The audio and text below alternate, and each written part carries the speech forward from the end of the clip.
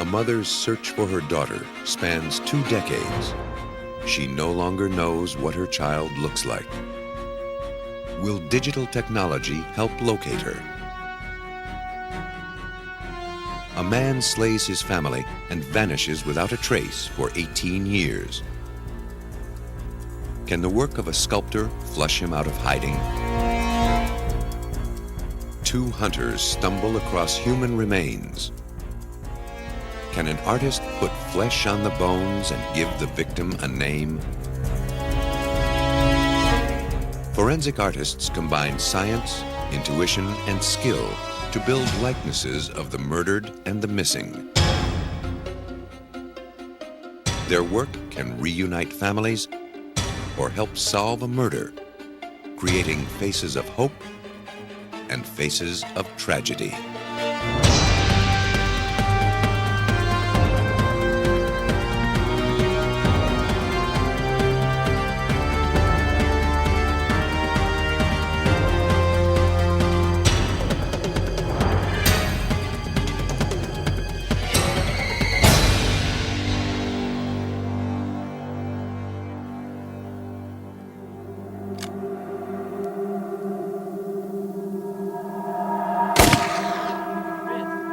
Under a gray Texas sky in the winter of 1994, 2 hunters trespassed on private land outside of Lubbock.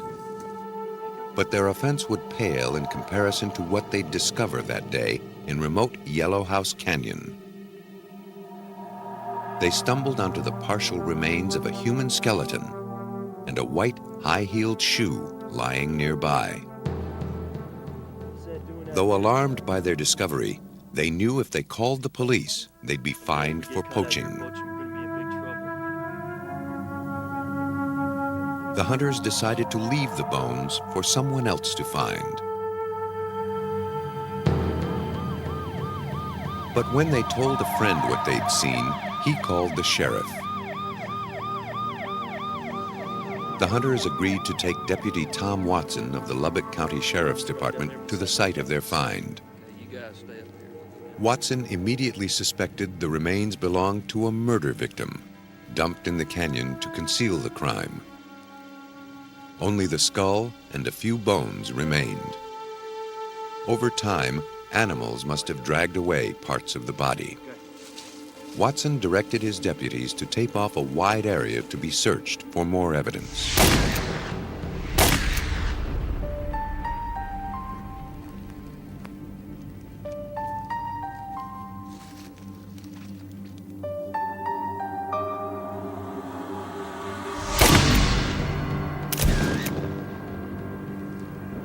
Once the crime scene had been documented on film, he called in the county pathologist to examine the bones.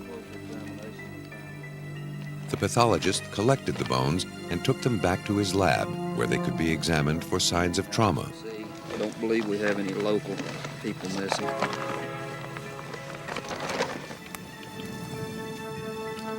He confirmed Watson's suspicions. The victim was murdered. The upper part of the skeleton bore multiple stab marks, enough to kill a person several times over. The case was now officially a homicide. Watson returned to the canyon the next day to sweep for more evidence. To capture the killer, he first had to name the victim. But his search uncovered no form of identification. The only clothing was the one shoe. To identify his victim, he desperately needed more to go on. The first thing we have to do is determine whether it's male, female, and approximate age. Check those statistics against any possible missing persons that we might have locally. If we don't find anything there, then we expand the search out statewide into New Mexico and Oklahoma. And then if we still haven't got her identified, then we go national with it. The search team recovered more bones and luckily almost all of the victim's teeth, but nothing more. No personal effects that could clue them in to who the victim was or when the killing occurred. Watson turned the bones over to a forensic pathologist who was able to narrow down the possibilities. He concluded that the victim was a white female, 18 to 24 years old. The weathering on the bones suggested she'd been dead at least 2 years. Tooth fillings in the lower jaw and a crown in the upper jaw offered more identifying features. The teeth were x-rayed so they could be compared to dental charts of missing white females of the same age. Using the x-rays, Watson began a search to make a match. He chased dozens of leads, some from as far as New Jersey, but none matched the dental records of the woman found in Yellow House Canyon. His investigation was leading nowhere. Meanwhile, a killer remained free. Watson needed more than the victim's bones and teeth to identify her. He needed to give the woman a face.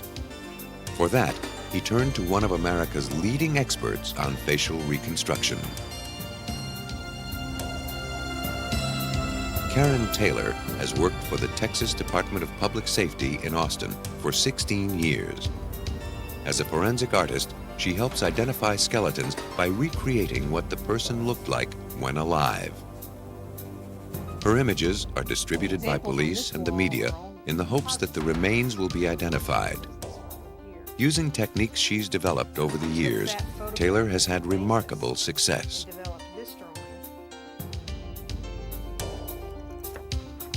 She serves police jurisdictions throughout Texas and works on cases across the country. Her job keeps her extremely busy. The unidentified woman from Yellow House Canyon was one among many nameless persons awaiting a face. Deputy Tom Watson from the Lubbock County Sheriff's Office brought me the skull of an unidentified white female found in that area, and he asked that I try to build a face on that skull to help him identify her. And the information was provided to me that had been developed by an anthropologist to examine the skeleton. And so I knew from Tom's reports that the person I was going to be drawing was a young white female. I unfortunately didn't have a lot of other information. There was no clothing, for instance. Clothing is a very good clue as to body weight for me from skeletal remains. There was also no hair, which provides a added complication, especially in a case of a female. So because there was so little to work with, the case was a little more difficult than some of them are. Without the victim's clothing to use as a guideline, Taylor had to take her cues from the skull alone. When putting a face on a human skull, one of the most critical parts is determining how thick the flesh will be. Taylor relies on standard tables of measurements developed by forensic anthropologists and classified by sex and race. Based on these measurements, she cuts out rubber markers that match the average depth of the skin. She glues them onto the skull at 21 anthropological landmarks, like the cheeks and chin.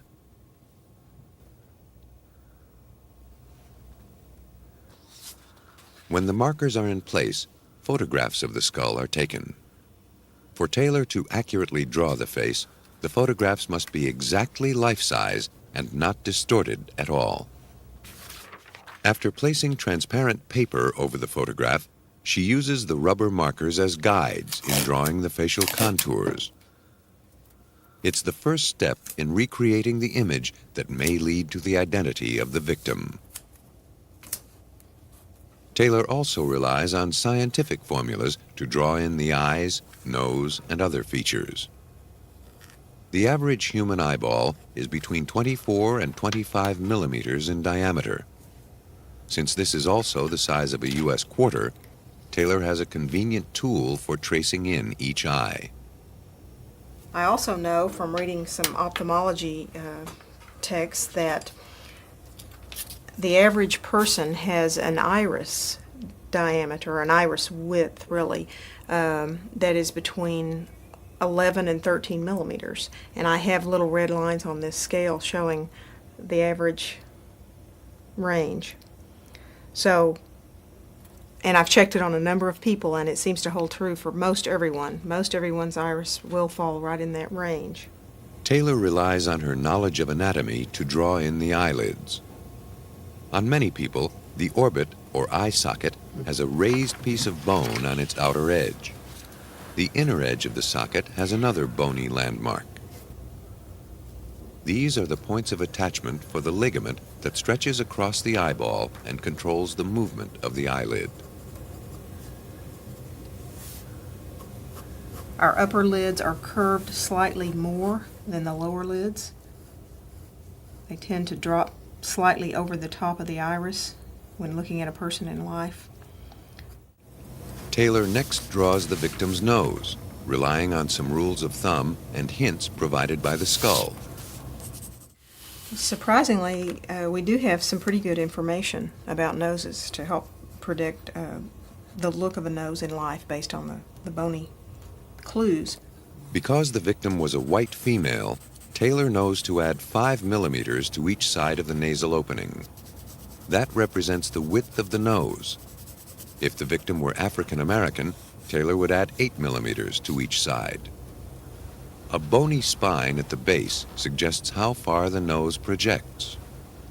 Because that little bit of bone tells me whether to tip the nose down or to tip it up or whether it's rather level.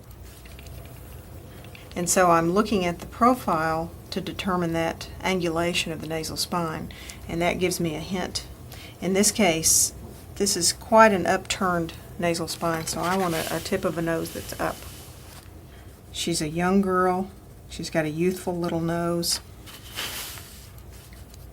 And the nasal spine tells me it's turned up at the tip.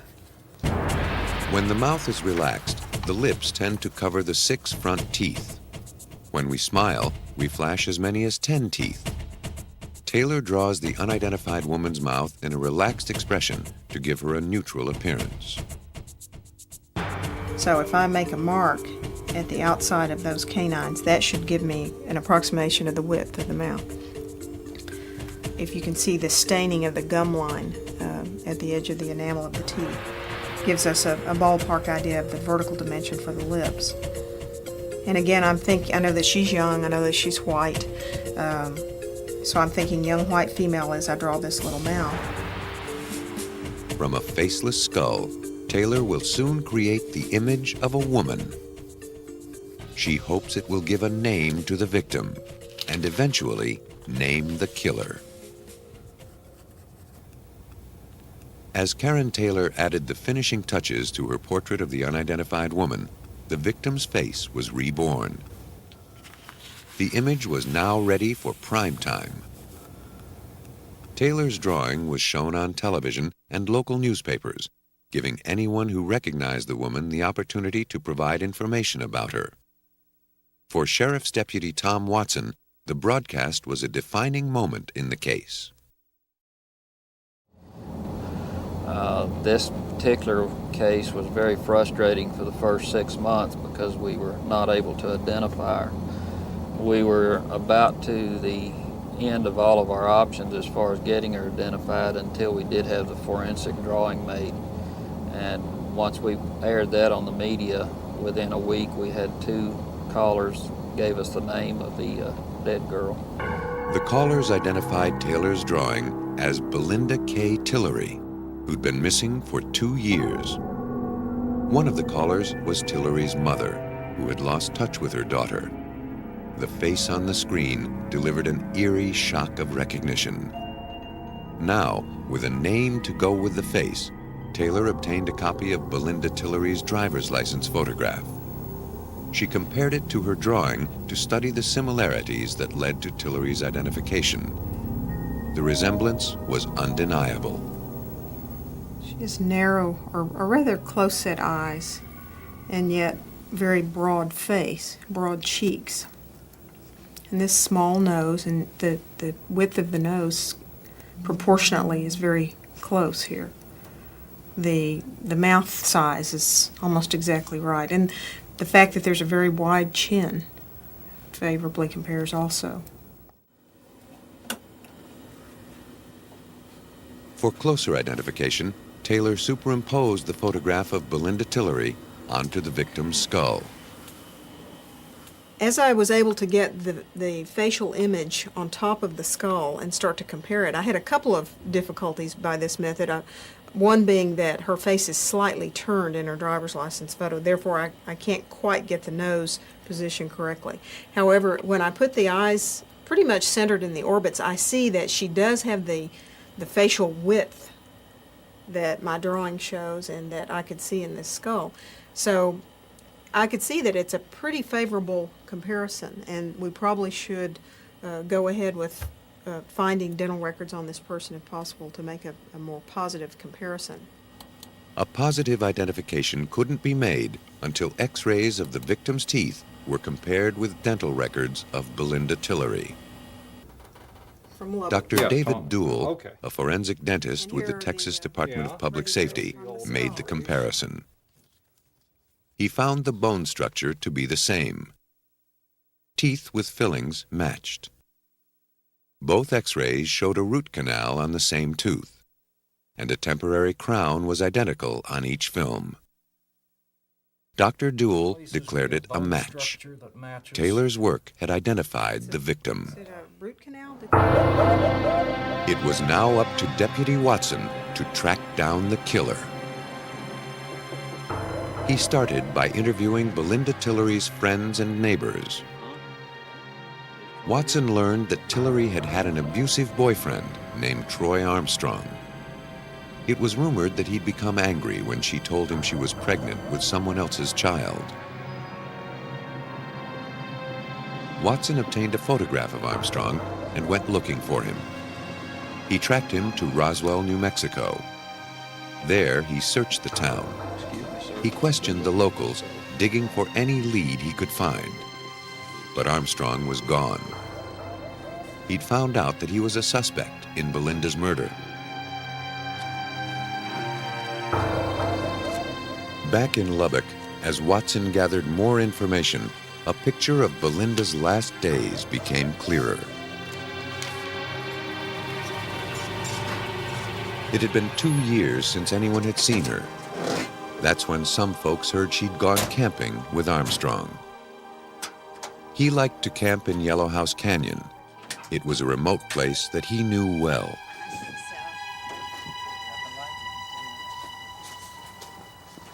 What's going on up front, all right? I'll catch up with you, okay? All right, well, come on. People mentioned that he carried a large hunting knife almost everywhere he went. The pieces were fitting together. It seemed that a bitter Armstrong had planned to take Belinda to this remote canyon and get rid of her for good. He thought no one would find her remains. After Belinda's death, he told a girlfriend he had nightmares about stabbing someone in the back. Based on the evidence, Watson obtained a warrant for Troy Armstrong's arrest, but he still had no information on his whereabouts. More than a year later, in January 1996, Watson received a tip. He found out that Armstrong was on the road with a truck driver buddy who was hauling for a company in California. Watson quickly contacted the trucking company. He discovered that their trucks were equipped with a global positioning system called GPS. A transponder on each truck bounced a signal off a satellite, telling the company where it was at all times. They informed him that the truck he was looking for was now traveling through Nebraska. Within minutes, Watson got the Nebraska State Police on the other line and asked them to set up a roadblock. They dispatched several cars to intercept the truck. As the police waited, they maintained contact with Watson and the trucking company, keeping tabs on the truck's whereabouts at all times. They knew just when to expect it.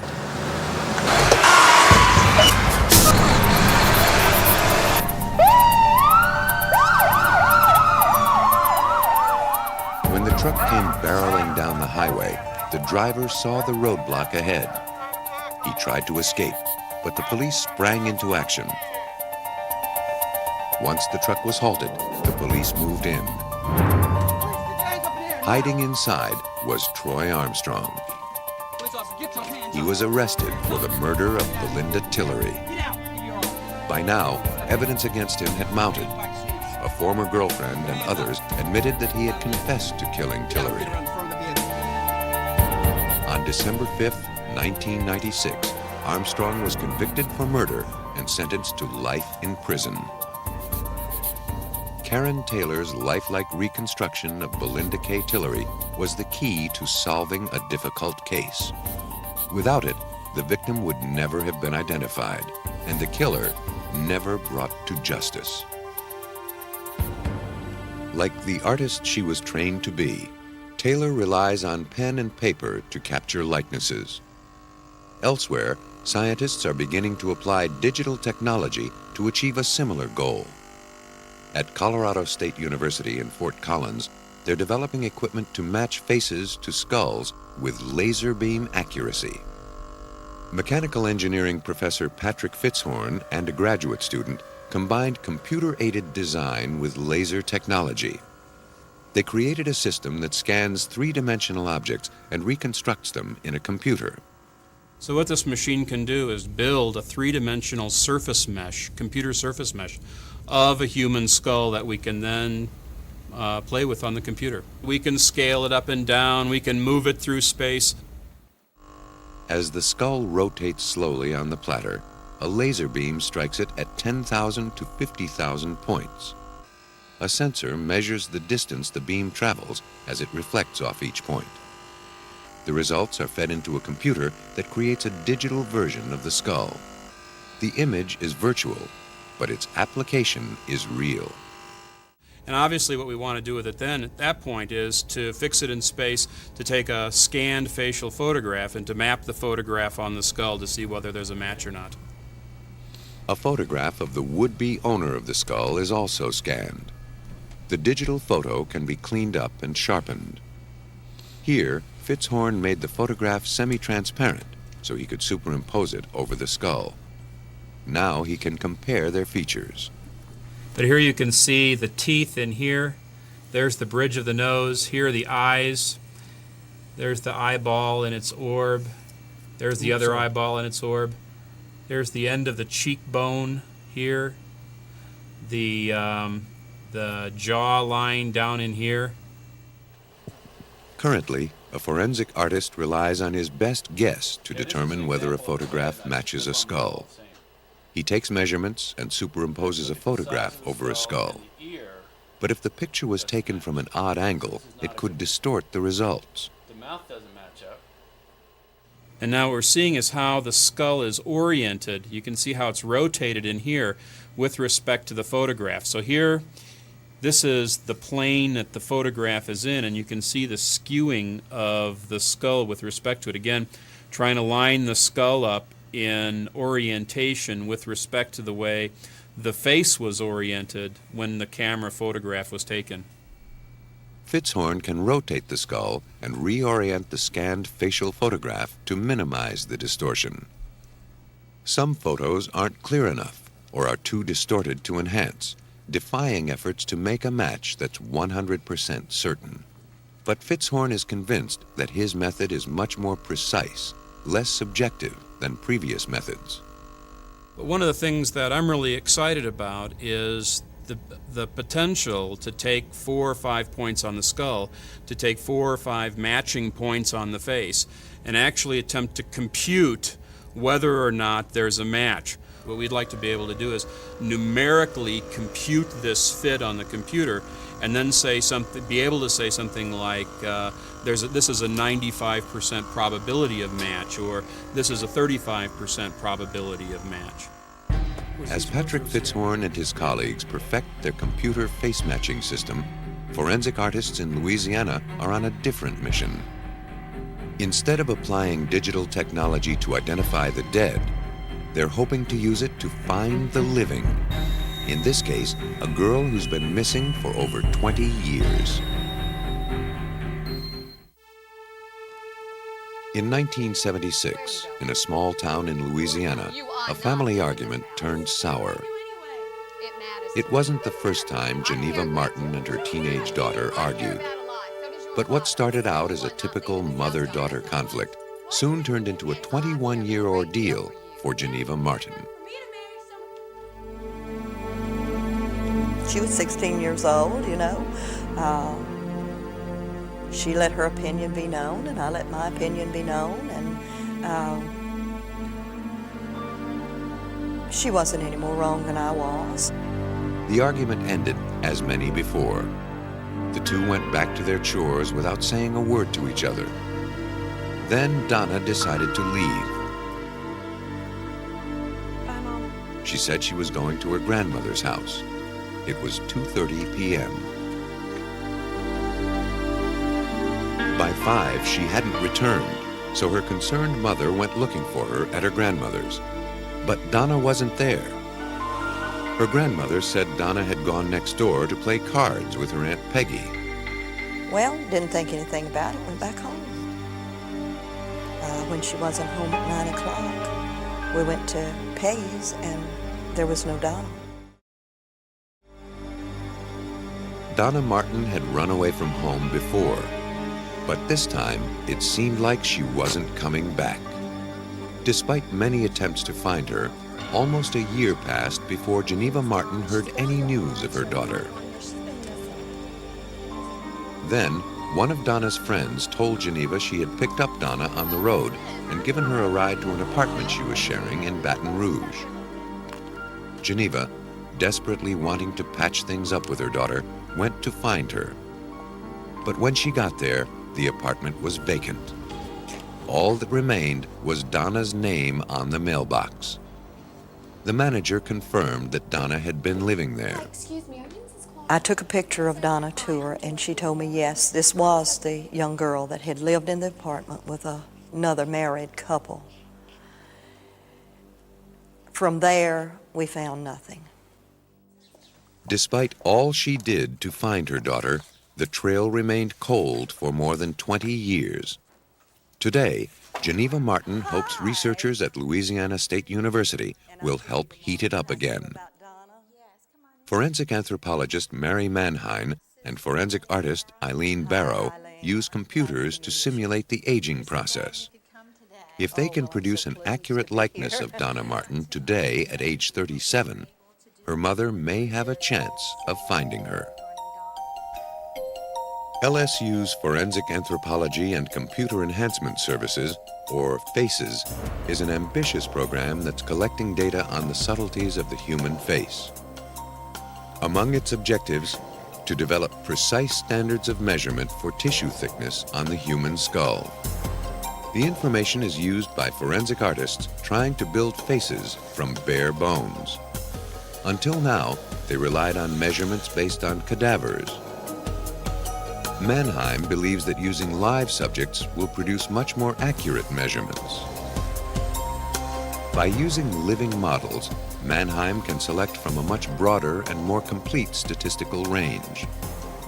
Though subjects remain anonymous, their age, sex, race, height, weight, and other personal information becomes part of the computer's database.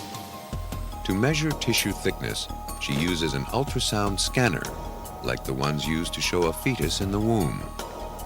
The scanner bounces sound waves off the skull. By measuring the time it takes for waves to return, a computer calculates the exact depth of the tissue from skin to bone. The process is repeated at 19 points across the skull.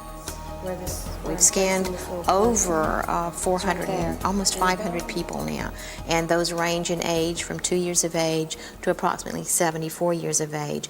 There are many different sizes, many different racial groups, so we will separate these out, height, weight, age, etc., and we will produce standards. Manheim has scanned the faces of generations of the same family. The data will show how family resemblances change over time. Manheim and her colleagues are also using computers to show what a missing child's face might look like as it grows older. With young children, the first step is stretching the child's features to reflect growth of the skull. In this case, a 5-year-old child disappeared and has been missing 5 years. Barrow renders the child at age 10. The computer's stretching tool divides the face into a grid. And you pull each intersection of that grid down just a few steps. All right, so then that's the stretch. When we age a child, of course, the first thing we need is a picture of the child and a picture of her father and mother, or a sibling, or whoever the parent or the sibling might be that she looks most like. The face can now be merged with the faces of her immediate family to create a composite image. With the click of a mouse, Barrow brings the missing child's features to the front. To retain her particular look, the eyes and eyebrows, we would bring back a little bit of the shape of her nose and a little bit of the shape of her mouth. And then we would bring back or bring to the foreground her father's teeth, since she is, in this particular picture, the child had been missing for 5 years. So we were progressing her from 5 years old to about 10. So by that time, her teeth would have, of course, baby teeth would be gone and she would have permanent teeth. So we used the father's teeth to put in the picture. The computer makes the manipulations easily, but Barrow must rely on her own judgment to decide which features to alter. Will the child look like a parent or more like her sibling? It's a question she'll need to answer when aging Donna Martin. Creating an image of what she might look like today will pose an extraordinary challenge. She'll have to be aged 21 years. Donna's face won't be stretched because at age 16 her face was fully developed. All right. Barrow will Ms. concentrate on Martin brought us other some techniques. Late First, 30s, photographs of family members close to the age Donna would be today are scanned into the computer. Because family members tend to age alike, this will help guide Barrow as she makes decisions about aging Donna. By studying the photographs, Barrow can begin to see at what stage the relatives begin to show crow's feet or lines around the mouth, and how severe they might be. She can also see when chins begin to droop or when necks begin to sag. She really did not look very much at all like her sisters, which I expected that she would. And she really didn't have a lot of resemblance to her mother. So we had no pictures of her father at that age, so I decided that the best thing to do would be to try to merge her with her mother. To merge the image of Donna Martin at 16 with her mother at age 40, Barrow must first align and resize the photographs. The photograph of Donna is a 3/4 view. To align it with her mother's, Barrow must adjust it to show a frontal view. Now what happens here is that the mother's picture is quite a bit bigger than hers. So then what I have to do is size the picture of the mother. And that means reducing its size to try to fit the other one.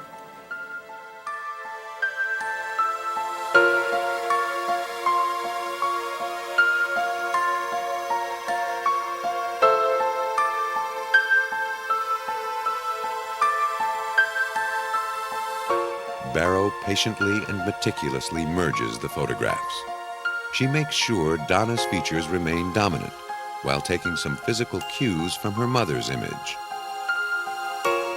Then she erases Donna's hairstyle at age 16, so a more mature style can be added.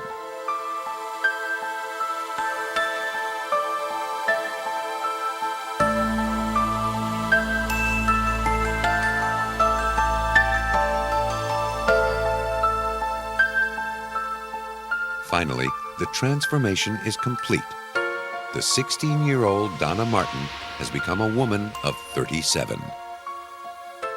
Well, it looks a lot like our family. Oddly enough, it looks like my husband's family rather than myself. Geneva Martin will distribute the image of Donna nationwide. She hopes it will finally reunite her with her daughter and put to rest that fateful argument that's gone unresolved for 21 years. The work of one forensic artist may lead a daughter back to her mother. In one of forensic art's most acclaimed cases, another artist used his skills to lead police to a killer. In 1971, the quiet surface of a prosperous community was shattered by a brutal crime. A successful accountant, John Emil List, lived with his family in a mansion in Westfield, New Jersey. Then his fortunes waned. So in November of 1971, List began a new life. But first, he had to end his current one. He killed his entire family, his wife, 3 children, and his elderly mother. Then he dragged the bodies into the ballroom and arranged them neatly in a row.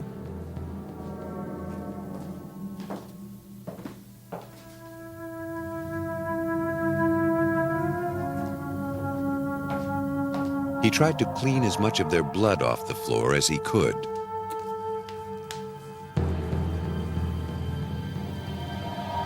He also sat down to write a long letter of confession. When he finished, he left his house for the last time.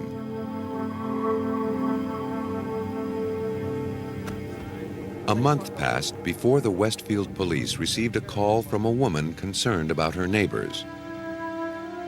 She hadn't seen them home, and their lights had been on day and night until one by one they'd burned out.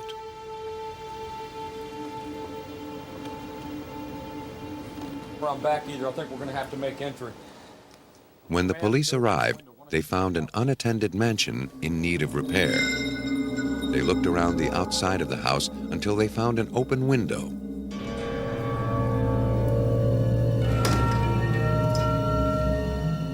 When they entered, they had no idea what was waiting for them. The air was cold and filled with the odor of decay. They kept searching through the darkness until they finally came upon the List family in the ballroom, still neatly laid out, dead for a month. It was one of the most grotesque murders Westfield police had ever seen. When detectives were called in, they found the guns List had used and his letter of confession. List was an active member in the church and addressed the letter to his pastor. In it, he explained that he was no longer able to support his family and pay for the mansion his wife had insisted they buy. He was worried his family faced a life of humiliation on welfare. He was also upset his wife and children had stopped attending church.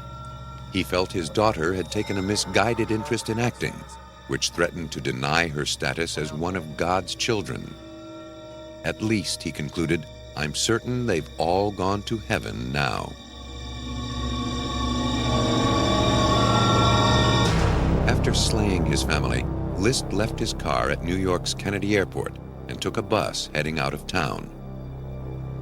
He hid his crime carefully. A month passed before anyone noticed his disappearance. Police and the FBI conducted a worldwide search, but nothing turned up. 18 years later, New Jersey detective Bernard Tracy was still on the case. He would make one last effort to find John Emil List by turning to the experts who combine art and science to age the human face. An accurate portrait of John List as a middle-aged man might alert someone somewhere to turn him in. One thing I can tell you about the John List investigation, back in 1971, this was a state-of-the-art investigation. Tracy was assigned to the case in 1974, taking over from detectives who'd been on the case for 3 years. The investigation was one of the most thorough ever conducted by New Jersey police. In their search for clues, detectives performed psychological profiles of List and his family.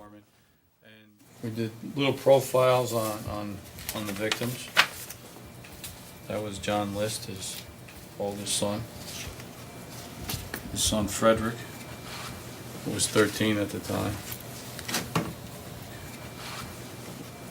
And his daughter Patricia was 16.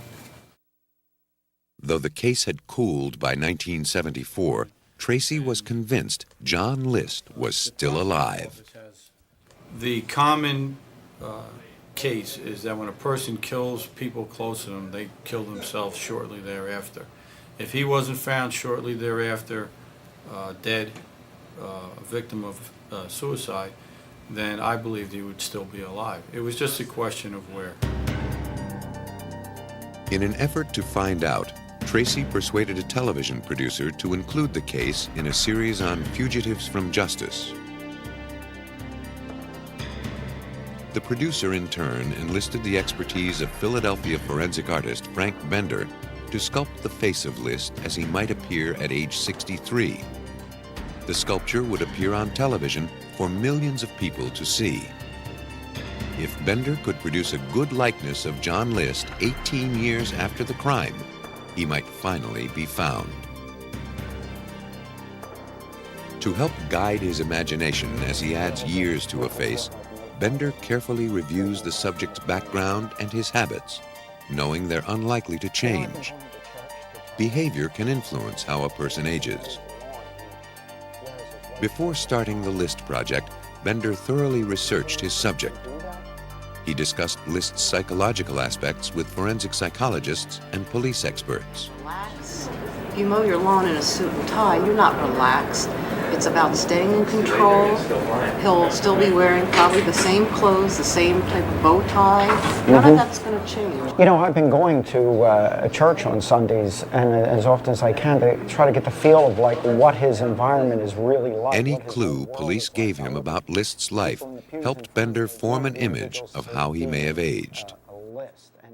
Lifestyle, hairstyle, hobbies, hereditary factors. Then I either do my own psychological profile, as I've done in numerous cases, or as in this case, bring in a forensic psychologist and go back and forth with this individual, walk around the town for maybe 2 or 3 days, really get to know this person, put my feet in their shoes, and in a sense kind of become the person so I can stay one step ahead of them visually. To obtain a scientific outlook on the aging process, Bender visited the medical school of the University of Pennsylvania. Here he consulted with Dr. Scott Bartlett, an expert in cranial and facial surgery and in repairing congenital deformities of the face. Dr. Bartlett's knowledge of the aging process, as reflected in the human face, made him a valuable ally. Bender was curious about the appearance of a scar behind List's ear from an operation. The scar went from his ear down to at least his collar. I would guess that, you know, drawing the ear in something like this, more to the side of the head, and I would guess that there's bound to be, if he had an open mastoid operation, that he might have a fairly significant scar back here. Dr. Bartlett pointed out that as List aged, wrinkles and folds in his neck could make the scar less noticeable. I see, okay. The two men also discussed how aging affects the eyelids and brows, which can change significantly over 18 years. The canthal attachment here, which is the outer and the inner corners of the eye, I don't think change a lot. I think what we're seeing here is this hooding, this laxity of the soft tissue that's now falling over and giving this a downward slant, down and outward slant to the eye opening here, as opposed to this fresh up and out slant that you see in youth. Ultimately, Frank Bender would apply his own intuition to what he learned about the case. Bender has been a sculptor for more than 30 years, showing his work in galleries and museums all over the United States. Most of my studies are human behavior. I'm a people person. When I go to the beach, I don't look at the ocean as much as I like studying the people on the beach, how they interact, what they look like, the differences, what makes each person an individual.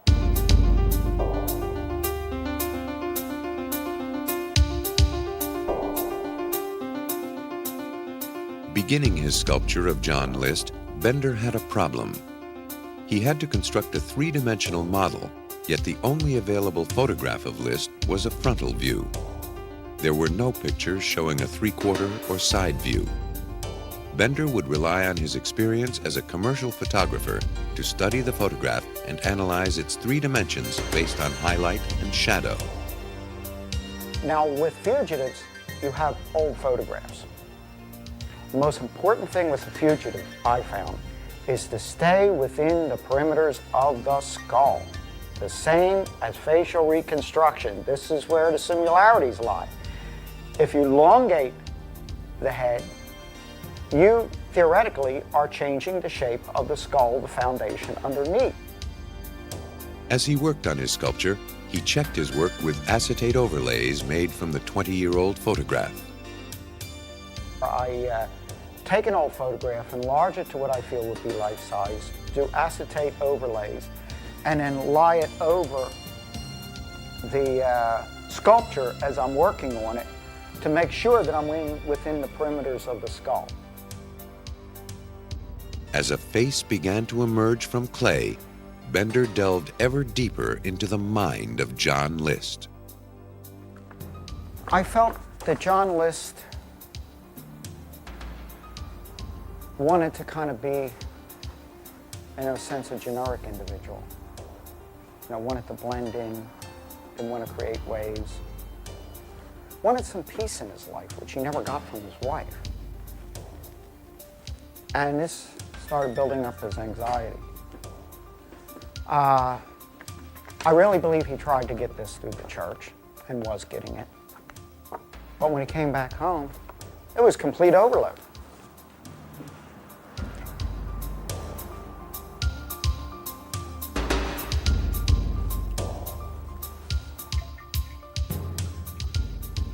Once the preliminary sculpture was complete, Bender and his assistant made a plaster cast. That's good. Little by little, Bender's sculpture took shape. By now, Bender was more familiar with List's face than with his own. As the bust of the fugitive emerged from its mold, Frank Bender was ready to add the final details to the face of a killer. John Emil List, after murdering his family, had evaded capture for 18 years. Whether police could find him would depend on Frank Bender's intuitive ability to imagine John List in his early 60s. Bender guessed that List's hairline continued to recede, as it had begun to do in his earlier photograph. He added jowls based on his assessment of List's lifestyle. He wasn't an exercise type person. He was a potato and meat type person. As far as the eyes, you can see where he's starting to get some lines. I look a little tired. You see, I sculpted the tie and the shirt and the coat, the suit coat on him, because he's always going to be wearing that. Bender sensed that the years of hiding what he had done would take a toll on List. This influenced his decision to turn the corners of his mouth down.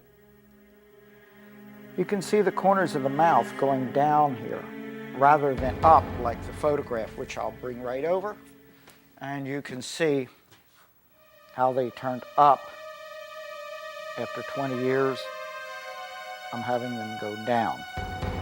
Not his whole mouth going down, just the corners. Again, not only aging, but the fear of getting caught. As a final touch, Bender selected eyeglasses for the aged List. He searched for a style that would define a man who killed his entire family, yet called himself a Christian. He decided on thick black frames, thinking List might go for an austere, authoritative look that would discourage others from prying into his past. Now his sculpture was ready for the nation to see. On May 21st, 1989, millions of people across the United States saw Frank Bender's sculpture of John Emil List. Was the likeness good enough to catch the killer? Oh my God, that's Bob Clark. Ricky! Yeah? Is that Mr. Clark? Yeah, it looks like One of the it. viewers was a woman from Denver, Colorado. When she saw the bust, she called in. She said it looked just like her former neighbor, Robert P. Clark, who moved to Virginia. Good morning. We're with the FBI. Yes, can you direct us to the office of Robert Clark, please? Yes, Mr. Clark's office is down. Following up on the tip, FBI agents found a man who called himself Robert Clark at an office in Richmond, Virginia. After years of getting away with a horrible murder, List was about to see his last days as a free man. When the agents approached him, he insisted he was not John List. But on his neck was the telltale scar, and his fingerprints matched those of the killer. With that, the agents had proof beyond a reasonable doubt that Robert P. Clark and John Emil List were in fact the same man. Since the murders, John List had remarried and recreated his life as an accountant, confident that the crimes he'd committed in 1971 would never come back to haunt him. For Detective Bernard Tracy, it was the end of an incredible odyssey. A cold-blooded murderer finally captured after 18 years. By all accounts, the resemblance between the bust created by Frank Bender and the actual John List was uncanny. I think the bust was something that if a person looked at that and had any doubt that that would be the straw that broke the camel's back, that would be the one. If they had any hesitation about calling and then they saw the bust, that would be the one that would take them over the edge and say, I got a call, this is him. John Emil List was convicted of murdering his family and sentenced to 5 consecutive life sentences. He and his unsuspecting new wife were attending a church function on the night Frank Bender's sculpture aired nationwide. As a result, they missed the show that gave John List yet another new start in life in New Jersey's State Penitentiary. Armed with photographs, scientific data, psychological profiles, and artistic talent, forensic artists breathe new life into unsolved cases. Using their unique knowledge of human physiology and human nature, they can help locate the missing, track murderers through time, and bring killers to justice.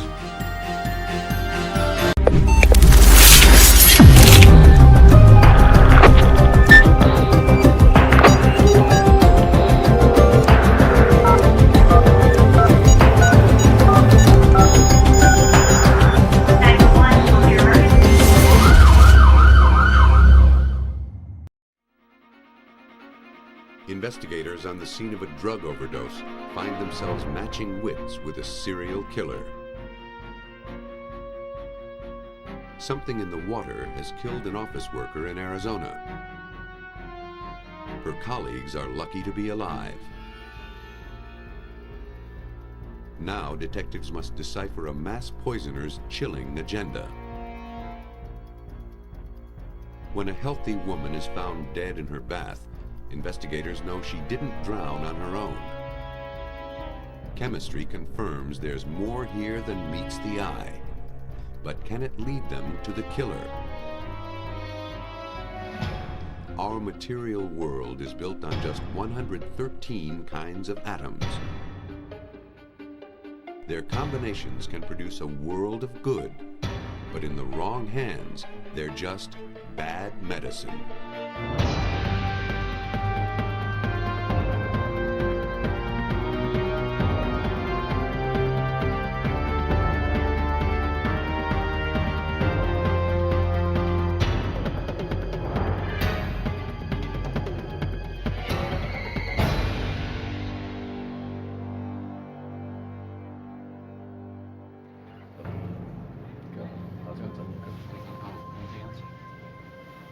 At 10 a.m. on Saturday, December 10th, 1994, Detroit police arrived at the hotel suite of Lowell and Roberta Amos, just 1 block from police headquarters. Lowell had reported that his wife had overdosed on cocaine and was dead.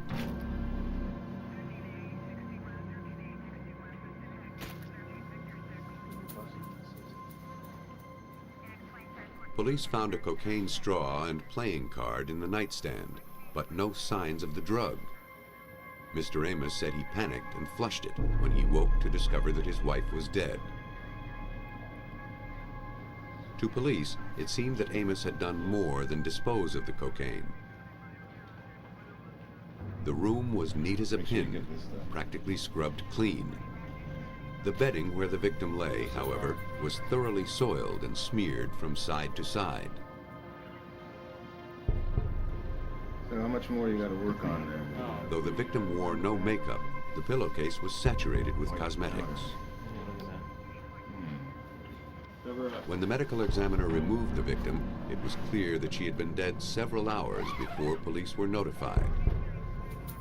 Suspicions arose that there was more here than Amos was telling. Homicide was called in, and Lowell Edward Amos gave police his account of what happened that night.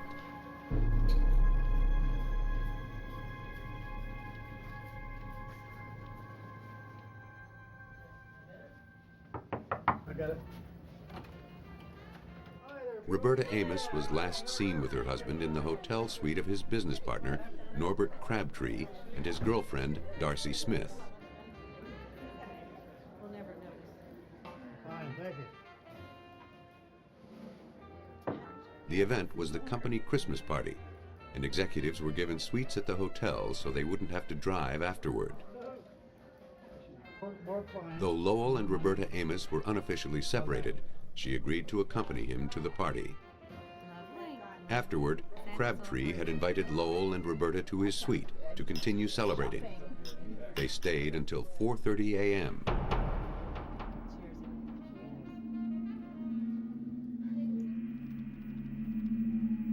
Lowell told police that after they returned to their suite, they made love and started doing cocaine.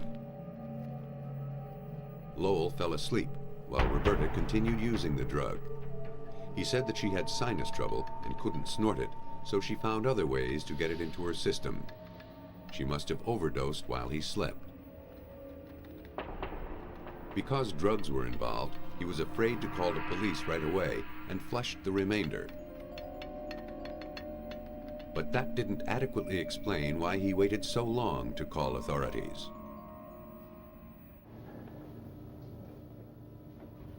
Swabs taken from the victim's vaginal area tested positive for traces of cocaine. Other than that, there were no other external signs of the drug. That was strange. Internally, she had 14 times more cocaine than is normally seen in an overdose. She died before half of it was broken down. In cocaine poisoning, death is preceded by violent convulsions. Forensic chemist Phyllis Good believed that Amos could not have shared the victim's bed and slept through that. In fact, he probably couldn't have fallen asleep at all. Well, cocaine is a central nervous system stimulant and has the effect of keeping a person awake and full of energy. It's not the usual case that a person would go to sleep right after they've used cocaine. Get this sheet off of here. That should be the last thing we need. Lowell Amos did his best to clean up the scene, but his story of his wife's death just wasn't washing. Now, investigators had to prove that he killed her. At the Michigan State Police Crime Lab, Phyllis Good examined the bedsheet to determine what caused the stains. Nothing in Lowell Amos's scenario could have accounted for their condition. Because the victim's body was so clean, they suspected that Lowell had washed it before he called police. Investigators hoped some evidence remained in the linens. The sheet was treated with chemicals to more clearly reveal the stains. Portions were cut out and labeled. Because the stains occurred on virtually all portions of the sheet, Good took samples from all areas. The same process was repeated with the pillowcase to see if anything besides makeup could be identified. The pattern of the smudges suggested that the pillow wasn't simply wiped across the victim's face. What appeared to be lipstick, or characterized as lipstick, is that there is an imprint on the pillowcase of what had appeared to be imprint of teeth marks.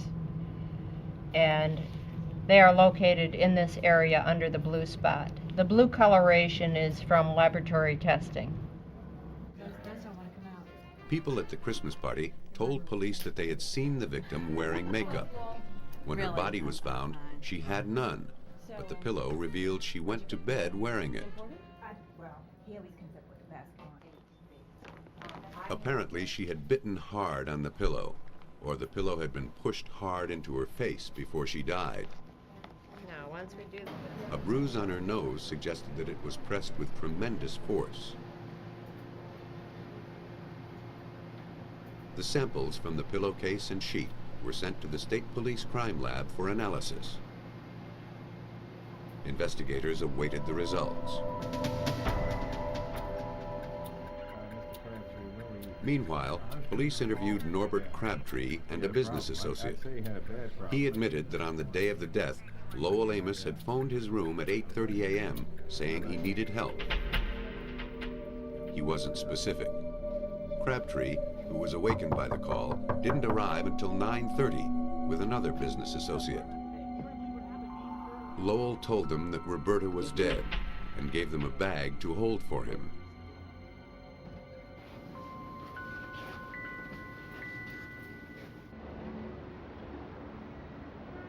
Detective Patrick Hennehan was assigned to the case. The items were described as a washcloth from the hotel linen that was stained and very foul smelling, a sport coat, and a syringe without a needle in a small leather type carrying case. Amos collected the items from his friends later. Investigators never recovered them. To determine what happened, they had to rely on the evidence at hand, namely the bedsheet and pillowcase. The lab results showed traces of cocaine throughout the sheet, but that was all. The results of the tests were the lack of urine or presence of urine, the lack of semen or seminal fluid, and the only thing that was identified in the brown areas was characterized as vegetative matter. The identity of the brown stains was inconclusive. They shed no light on what happened, only deepening the mystery. The fact that the cocaine was also smeared around the sheet and tucked under the sides merely told investigators what they already knew, that Lowell Amos had manipulated the scene, either out of fear of being blamed for contributing to his wife's death, or to hide the evidence that proved he murdered her. As investigators mulled over which it could be, Lowell Amos's past began to catch up with him. It seemed that Amos may have been a real lady killer.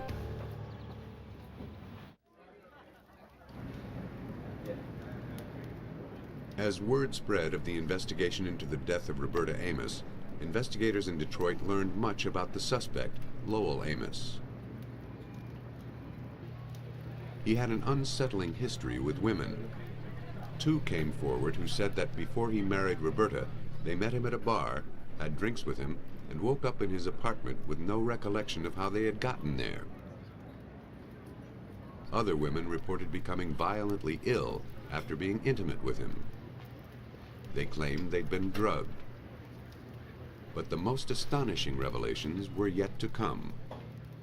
I began to receive phone calls from relatives, received phone calls from doctors, private investigators, police officers, friends from as far away as Oregon.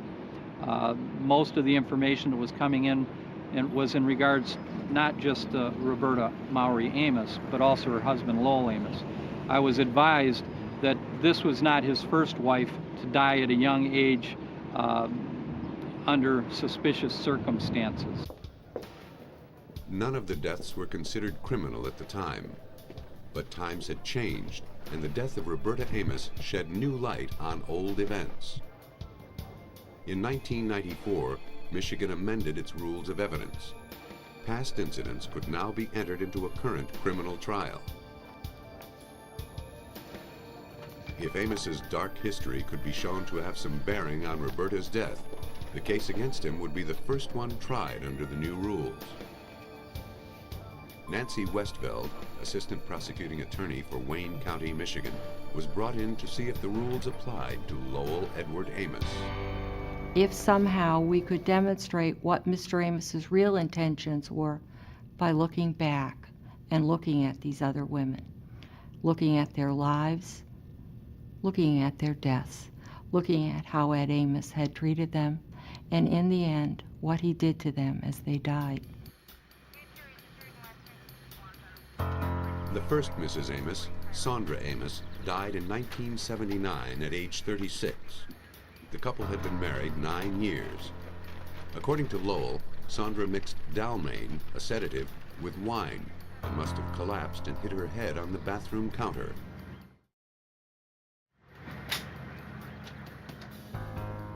Though Sandra's autopsy revealed traces of Dalmane and alcohol in her system, it wasn't enough to incapacitate her.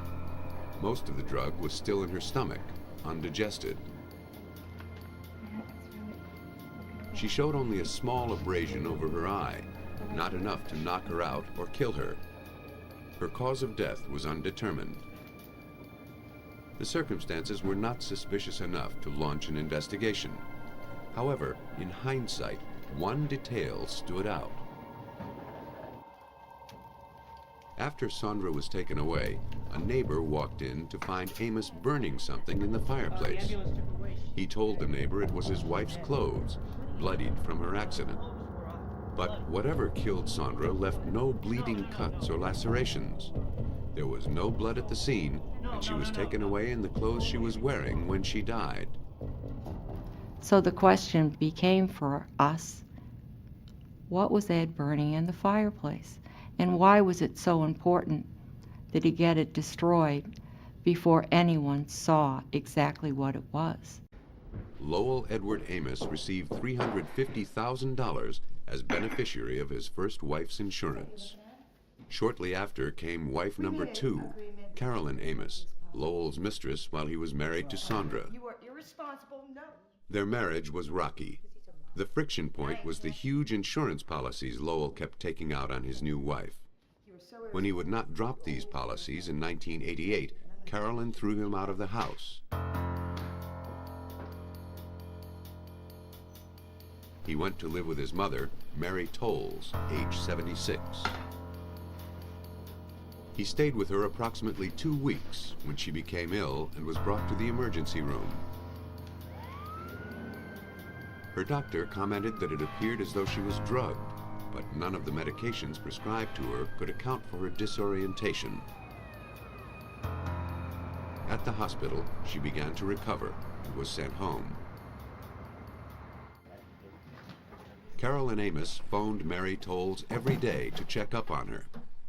A few weeks after Tolles returned from the hospital, Carolyn's call was answered by Lowell, who had just discovered that his mother was dead, apparently for several hours. Carolyn raced over to the house with a friend to find Lowell packing his belongings into his car. He didn't want anyone to know he was living there. Lowell inherited more than $1 million from his mother's estate. No autopsy was performed on Mary Tolles because of her age. Carolyn let Lowell move back into the house.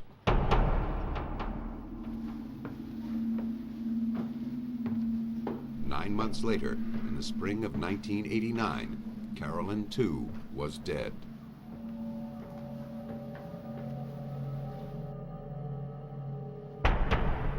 According to Lowell's report to police, he brought Carolyn a glass of wine while she was in the bathroom blow-drying her hair.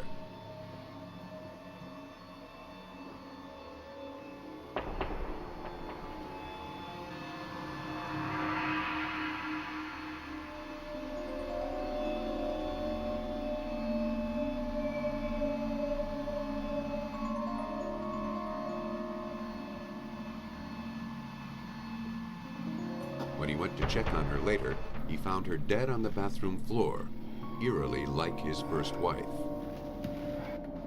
It took a while for medical assistants to arrive at their secluded house. By then, it was too late to revive her. Amos suggested that she may have been electrocuted from the blow dryer.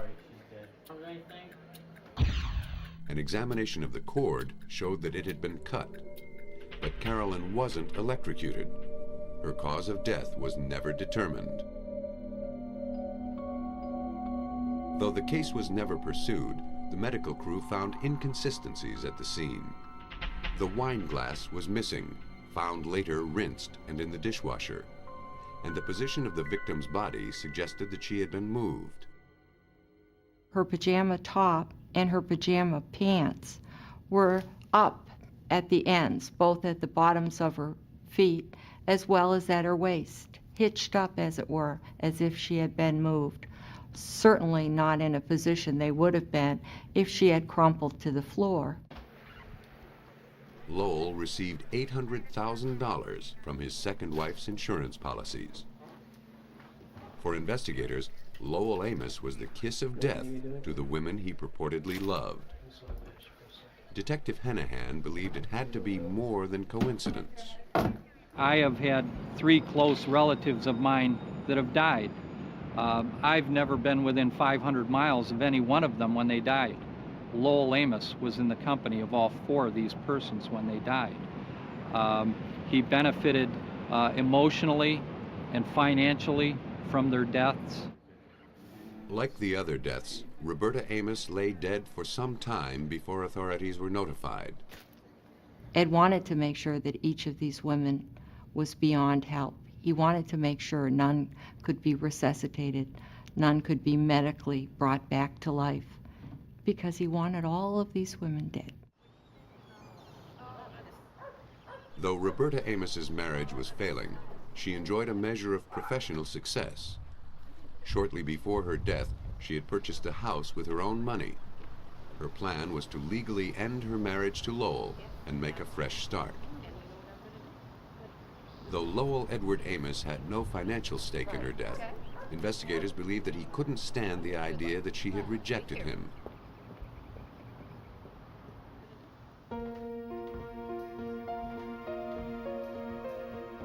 The similarities between the death of Roberta Amos and Lowell's other wives was enough to expose him as an opportunistic serial killer who murdered for money or just to end an inconvenient marriage. Based on the collected evidence and the ghosts from his past, authorities had what they needed to arrest him for the murder of his third wife, Roberta Amos.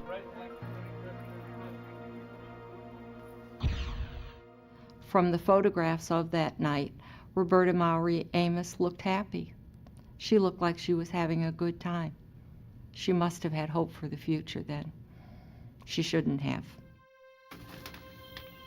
At trial, the prosecution presented an account of the last night of Roberta Amos's life.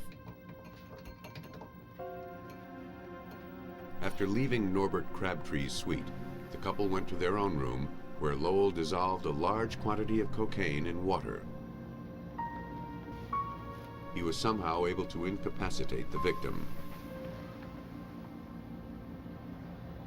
Once she was subdued, he used a syringe to administer the lethal dose of cocaine. Then, perhaps as she was convulsing, he smothered her with the pillow. He then scrubbed the body and cleaned up the crime scene as best he could before calling Crabtree to dispose of the remaining evidence. For his crime, Lowell Edward Amos was sentenced to life in prison without parole. Lowell Amos escaped suspicion through the subtlety of his crimes. But his past and forensics caught up with him at last. Other killers are more obvious in their methods, though they may be just as difficult to catch. Monday, March 24th, 1986, started out like any other Monday. By 8:30 a.m., the employees at the Transamerica Title Insurance Company in Tempe, Arizona, were already at the office. Their weekends a fading memory. Like her co-workers, 46-year-old Julie Ann Williams eased into the day with a trip to the break room. The coffee was on, but she preferred a drink of cool water.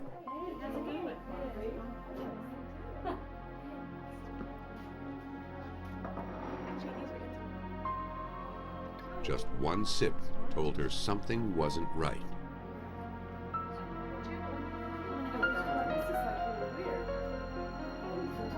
Should I come with you?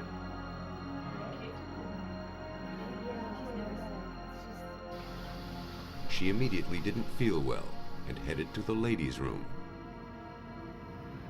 She didn't know it, but she was beyond help.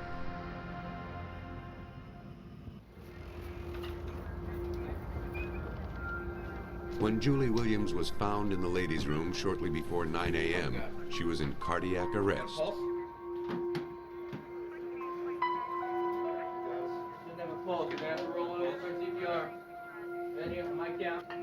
By the time paramedics arrived, she had slipped into a coma. They rushed her to the hospital. Something was in the water.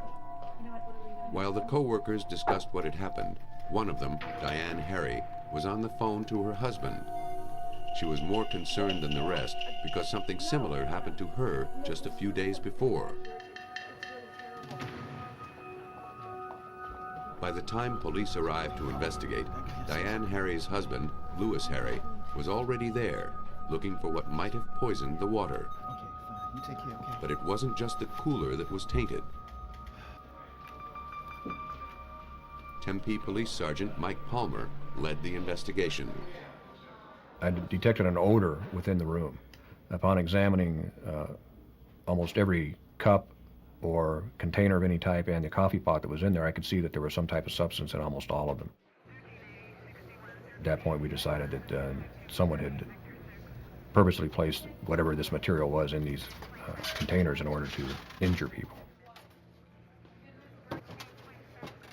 The office workers were lucky that no one else was hurt. But Julie Williams, after lingering in a coma, was not so fortunate. Whoever spread poison in the break room was now a murderer. Samples of the unknown poison were taken for identification. Police dusted for fingerprints, but no suspicious ones turned up. We're only going to have it for a short while, if you wouldn't mind turning. The police interviewed the office workers. Diane Harry told detectives that on the previous Friday, she became ill after taking a sip of scotch at home. That Saturday, a cup of tea affected her the same way. She remained ill the entire weekend. She barely could get out of bed. And she told me that the smell of the substance that she had inside her house in Phoenix was pretty much the same as the smell that was in the substance that was in the break room. Questions as far as what happened with her. She was concerned that she was the poisoner's target, which is why she called her husband to the office when Julie Ann Williams became ill. I'm sorry. Sir? Police talked to Louis Harry. He too was worried that someone was trying to poison Diane Harry. He said he'd been receiving threatening letters from the abusive boyfriend of a woman he'd helped. Perhaps this was his revenge. Louis was sent home to collect the letters, along with the scotch bottle and tea kettle, so they could be analyzed. We'll certainly let you know. Meantime, police collected the security cards that every employee needed to enter the building. Investigators suspected that whoever planted the poison did it sometime during the weekend. A check with the security company showed that only one security card had been used that weekend, at 10:18 on Saturday morning. It belonged to Diane Harry. When I confronted Mrs. Harry about her card being the only one used during the weekend, she denied having used it. The only thing she could tell me was that she did not know where it was at, other than the fact it should have been in her purse, because that's where she'd placed it the last time she'd used it. Miss Jerry, I just have a couple of questions. The card was in fact in her purse Monday morning when she went to work. She insisted she'd been bedridden all weekend and never left the house. It says that you checked into your office. So far, all the evidence pointed to Diane Harry. But was she the prime suspect or the intended victim? It was too soon to tell. While detectives were trying to identify the criminal, scientists were trying to name their poison. Samples from the office water cooler, coffee creamer, and sugar bowl, along with the tea kettle and scotch bottle from the Harry's house, were brought to the Arizona Department of Public Safety Crime Lab, where they were analyzed by Supervisor Jim Timmons. He knew that the poison was a fast-acting white powder. That helped him narrow down his tests. I really came up with a pretty short list of poisons that could have resulted in the information that I had heard about the case. And the short list was arsenic, strychnine, or cyanide. Investigators applied a series of tests to the compound to narrow the list even further and to check and double-check his results. An ultraviolet light was shown through a solution of the unknown substance and measured on an apparatus called a spectrophotometer. Strychnine, which absorbs UV light, would give a reading. Arsenic and cyanide, which reflect UV, wouldn't register. The unknown substance gave a reading on the spectrophotometer, proving it wasn't strychnine. They then performed a test for arsenic. Samples of the substance were dissolved in acid, and a copper wire was placed in the resulting solution. If arsenic were present, it would attach to the wire and turn it black.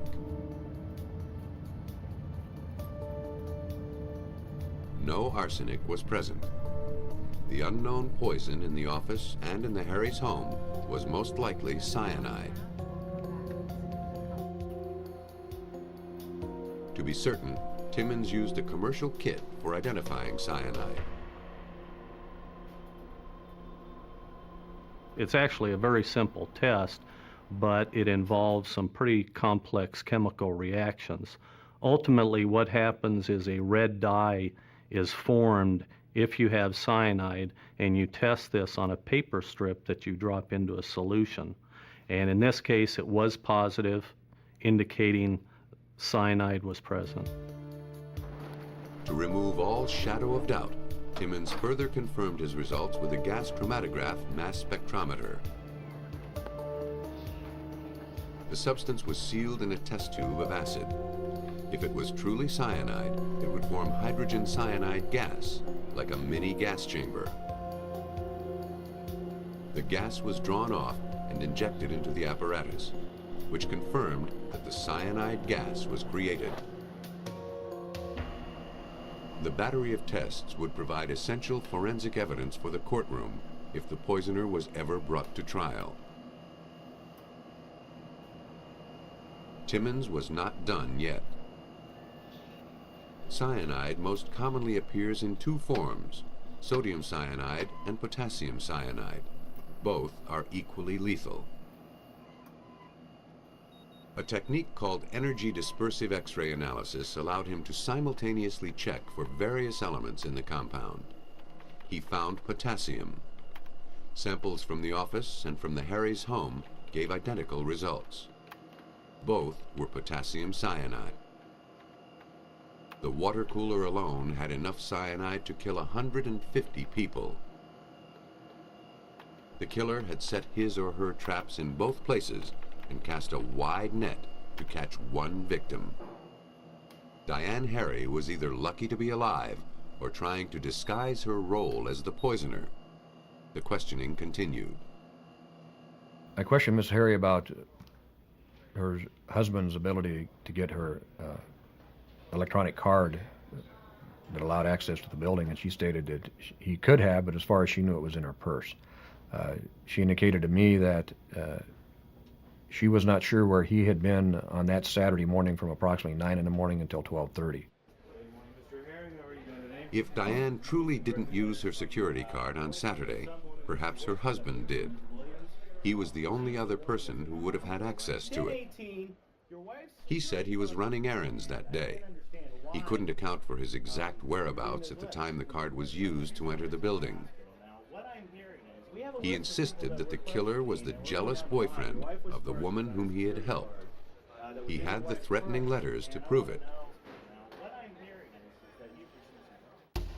While the documents were being examined, investigators looked further into Louis Harry's movements.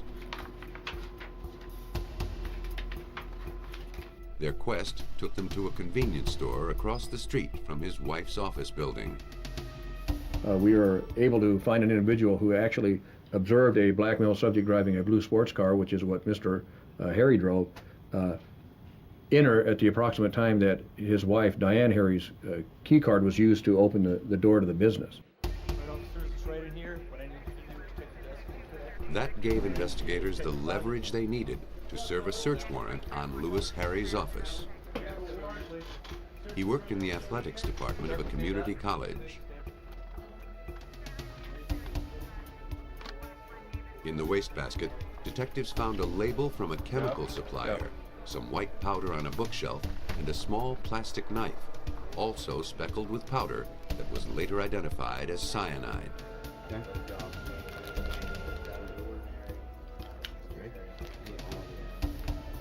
The cyanide found in his office didn't prove he put it there. A defense lawyer could argue that whoever tried to poison his wife also left cyanide at Louis's office.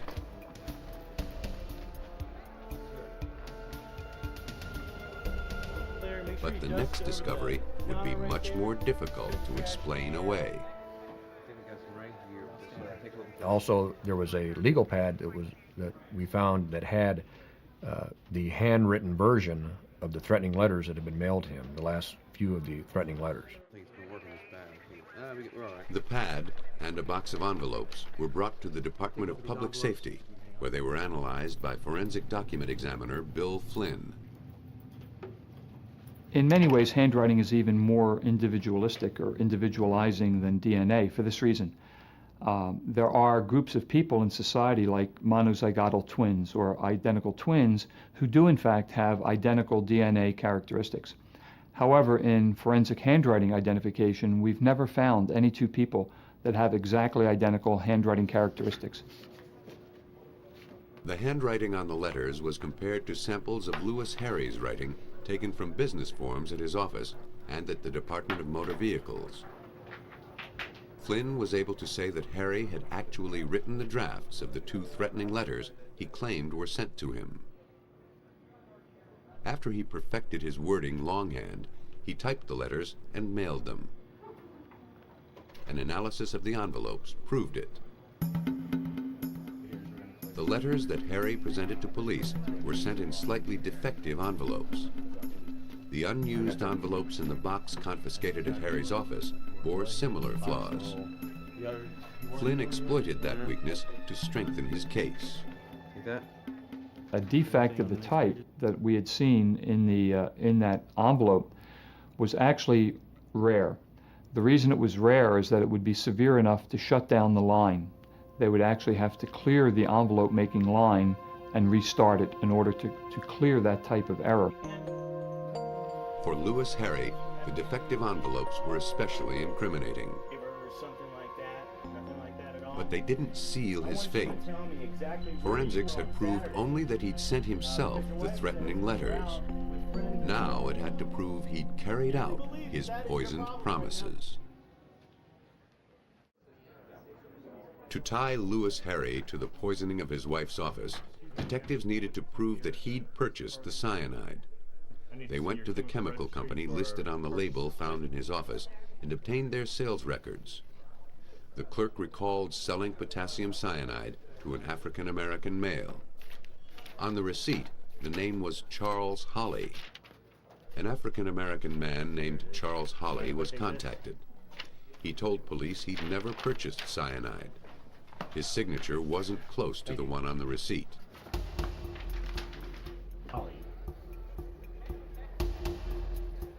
Louis Harry was asked to give a handwriting sample. We asked Lewis Harry to write the name Charles Holly. He did do that. And from the earlier writings that I had in my office, and now with the new exemplars, I was able to identify Lewis Harry as actually writing the name.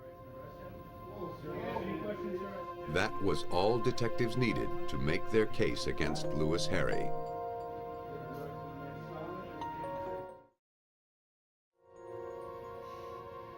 According to the prosecution scenario, Lewis Harry did receive threatening letters from the ex-boyfriend of the woman who was secretly Harry's new lover. The letters gave Harry the idea to write his own, more threatening letters and send them to himself, implicating the ex-boyfriend. He practiced his poison pen letters before typing them.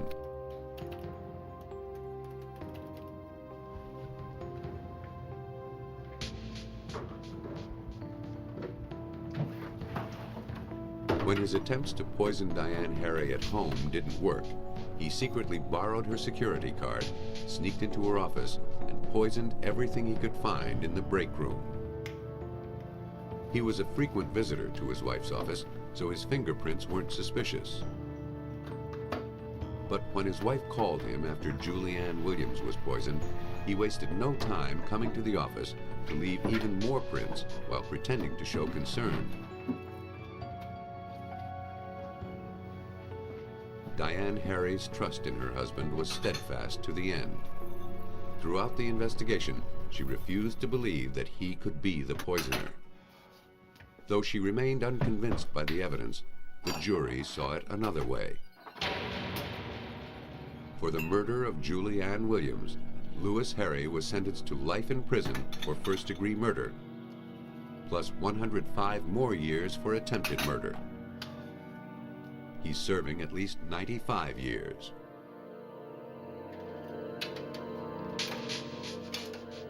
Even after Lewis Harry's conviction, Diane Harry swore that he was a victim of circumstance.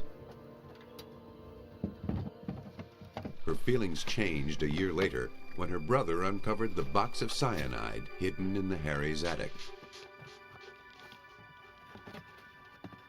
For every criminal who thinks he's committed the perfect murder, there's a team of dedicated investigators out to prove him wrong.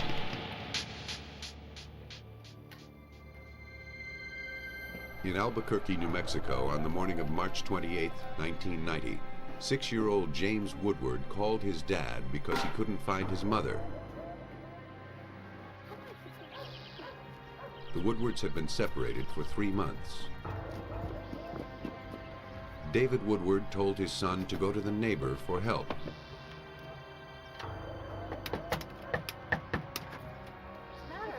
The boy told the neighbor that he thought his mother was locked in the bathroom, but he couldn't hear any sounds inside. She followed James to the bathroom. She's in here. Go call 911, quick. She jimmied the lock and found 30-year-old Deborah Woodward submerged in the tub. An odor like solvent hung in the air.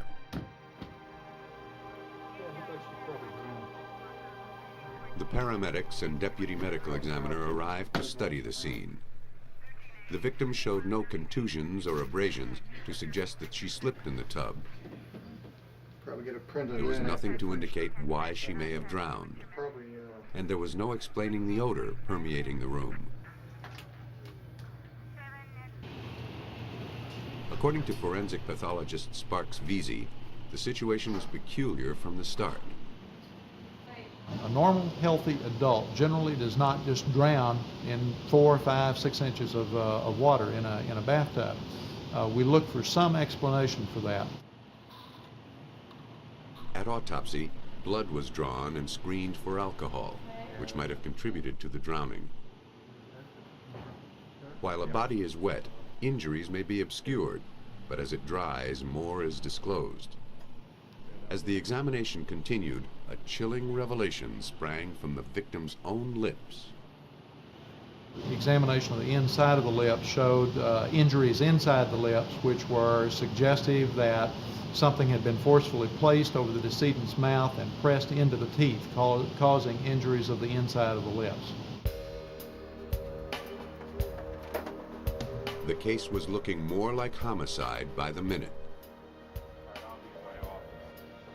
The blood work showed no alcohol in the victim's system, but it did reveal a volatile substance similar to acetone, or nail polish remover. A sample of the blood was placed in a gas chromatograph to better identify the substance. It turned out to be ether. In fact, every tissue in the victim's body was saturated with it. Ether is a volatile liquid that can depress the central nervous system. Depending on how much is inhaled, it can cause dizziness, unconsciousness, or death by respiratory failure. It was once a common form of medical anesthesia, but was replaced by more predictable and safer methods. Ether can be produced in the body by the breakdown of some other chemicals or drugs the victim might have taken. Chief toxicologist Ronald Backer didn't believe this was the case. But the fact that it was distributed in all tissues and in very high concentrations was a good indication that this was a significant substance that was not an artifact that really was involved in rendering her unconscious. The victim had enough ether in her system to knock her out, but it was the drowning that did her in. This was no accident.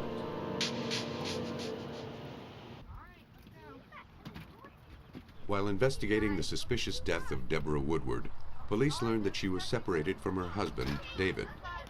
Even so, she shared her house with him until it could be sold. In an unconventional timeshare arrangement, their 3 sons stayed at the house while Deborah and David took turns living there and sharing child custody. The plan was designed to create some stability for the boys, but the friction between the couple lay just below the surface. Deborah had a restraining order preventing her husband from approaching the house while it was her turn to live there. None of the couple's problems escaped the scrutiny of Albuquerque police detective Damon Fay, who was investigating Deborah Woodward's murder. So now I had to explore every part of her life, and I had to just open up all of the canisters of her life. One of them was her diary, particularly ghoulish to read because I could see the buildup of heading towards marriage with David, all of her excitement that goes along with that, the new marriage, the early years of it, then the deterioration of it. In her diaries, which Deborah entrusted to a friend for safekeeping, she recounted the physical and emotional abuse that she endured. Dave slapped me around in the bathroom, messed up my clothes, broke things. So much anger. Hell, absolute hell. After the separation, Deborah tried to get on with her life. She began dating and was starting a serious relationship. But her husband was jealous, and she was fearful of what he might do. According to investigator Fay, she counted on her neighbor, a retired police sergeant, to keep an eye out for her, especially at night. And had actually come to the rescue of Deborah on several occasions where she felt David had been skulking around, or she heard bumps in the night and wanted him to sort of investigate it. He would walk across the street and take care of things, walk around her house on occasion. So he had sort of passing knowledge about the domestic turbulence.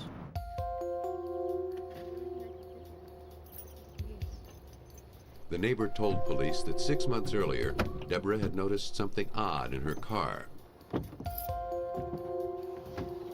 He offered to take a look and discovered that David, an electronics expert at a garage, had planted a tape recorder in her car that switched on whenever the engine started.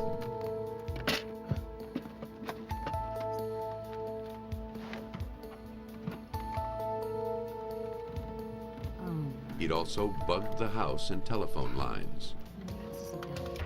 There was nowhere in the house where she couldn't go that he could overhear whatever conversation was taking place.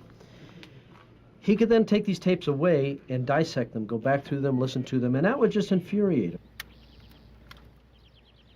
David was doing everything in his power to keep tabs on his wife, while Deborah devoted all her strength to making a clean break. It was a rough game of tug-of-war, and it looked like something had finally snapped. The neighbor told police that several days before the murder, he saw David Woodward dismantling the motion sensor spotlights he'd recently installed around the perimeter of the house. He thought nothing of it at the time. Now, it seemed too convenient. Woodward had the motive and opportunity to kill his wife, but where was the weapon? Though ether was obviously used to incapacitate the victim, it was the impurities in it that drew the focus of investigators. The killer had used impure industrial-grade ether, like the kind used in carburetor starting fluid. Considering that David worked in a garage, that seemed a likely source. If they could link him to a brand of starting fluid with the same contaminants in it, they'd be that much closer to closing the case. They tested every can they could find, with no matches. Hey man, I was watching the show the other night. As investigators were busy tracking down the ether, one of Woodward's co-workers contacted police. Oh man, there's so many He ways. told them that a year earlier, never, Woodward had ever talked know. about getting away with murder by using a volatile substance, like ether. Woodward claimed it would be untraceable. He was very detailed about it, but the co-worker wasn't paying close attention. People out. And what you do is you spray it like a rag and you put it over your face. Based on this lead and the other circumstantial evidence gathered at this point, police obtained a warrant to search the garage. How long did you stay there? They confiscated an assortment of chemicals, including more cans of carburetor starting fluid. We never did find any brand that was perfect, but we found some that were very close and ones that we could put a star next to as the possible source of the ether in the Deborah Woodward blood sample. But in terms of evidence, it was enough. David Woodward was arrested.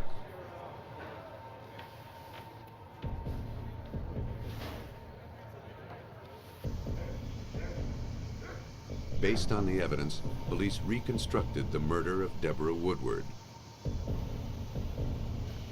It was the victim's habit to take a late-night soak after putting the children to sleep. While she was getting ready for her bath, David used his key to enter the house. He had already dismantled the motion sensors so he could sneak into the yard under cover of darkness. Once in the house, he saturated a rag with starting fluid, overpowered his wife, and caused the marks seen at autopsy.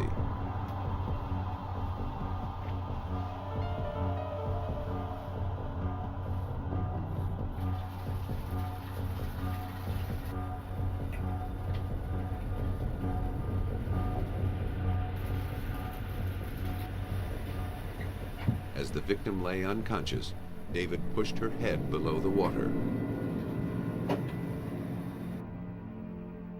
He thought the ether would evaporate, and with it would go all evidence of a crime. The truth of the matter is that dead men tell plenty of tales if you have a competent team of forensic investigators, which include the police at the scene, the autopsy people taking the samples, and the laboratory that analyzes the samples. David Woodward received life in prison for murder and an additional 9 years for aggravated burglary for entering the home and battering his wife. No poison is perfect. The clearest liquid or finest powder still leaves behind its residue. And though the victim may at first appear unmarked, science can reveal how death was dispensed and dispense justice to the poisoner.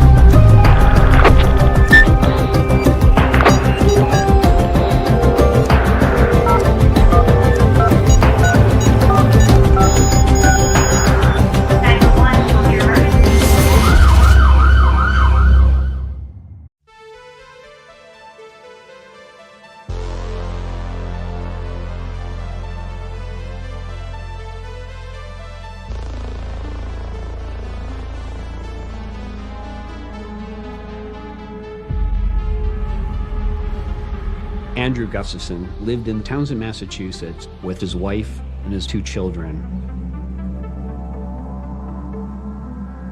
He was trying to get in touch with his wife, and he was calling the house in Townsend, but she wasn't picking up, so he was concerned.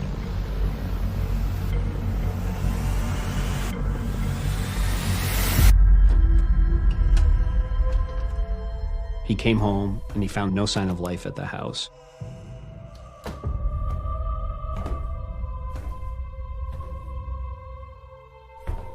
He called for his wife, no answer. Called for his children, no answer. So he had this feeling of dread inside him. He went upstairs to the bedroom.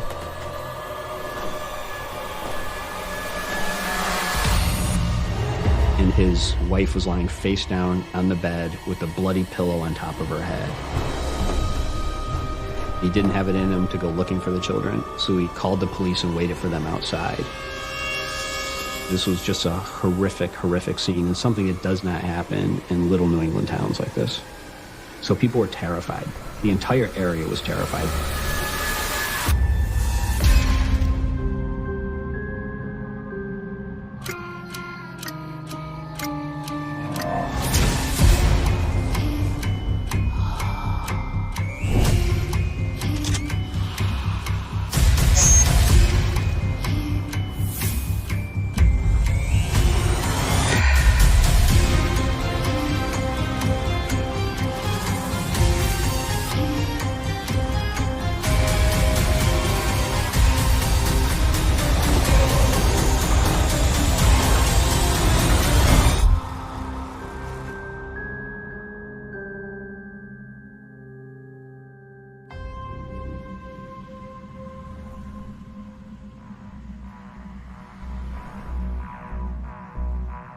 On December 1st, 1987, when the police arrived, Andrew Gustafson told them that his wife was dead upstairs.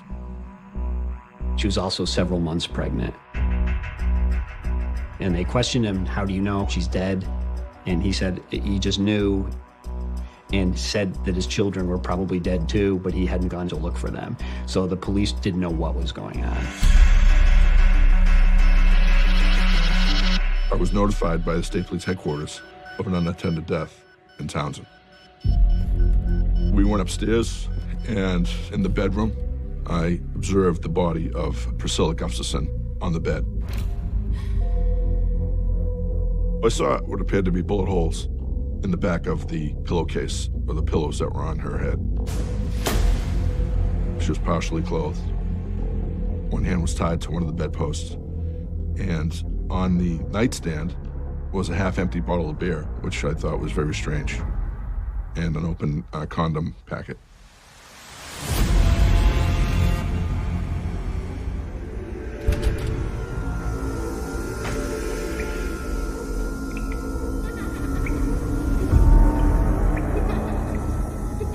When I went into the upstairs bathroom, I saw the body of a young boy, 5 years old, face down in the bathtub. We do try to compartmentalize those types of scenes so it doesn't affect the job that we do, but I just have a vivid memory of that little boy in the tub.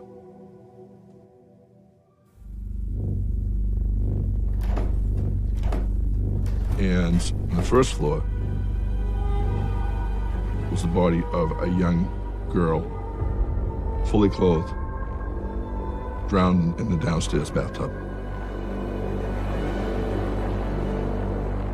To think what it would take to drown William and Abigail, just 2 innocent children, and not just killing them, but drowning them. That's physically hands-on, holding somebody under the water until they die. For someone to do that, it's beyond words. It's beyond evil. Andrew Gustafson is an attorney. He's married to Priscilla. She taught Sunday school and kindergarten. She was well-liked in the community, and they seemed like they had an idyllic life. But as a homicide detective, you have to start from the very closest circle to the people who knew the victim. In this case, no one was above suspicion.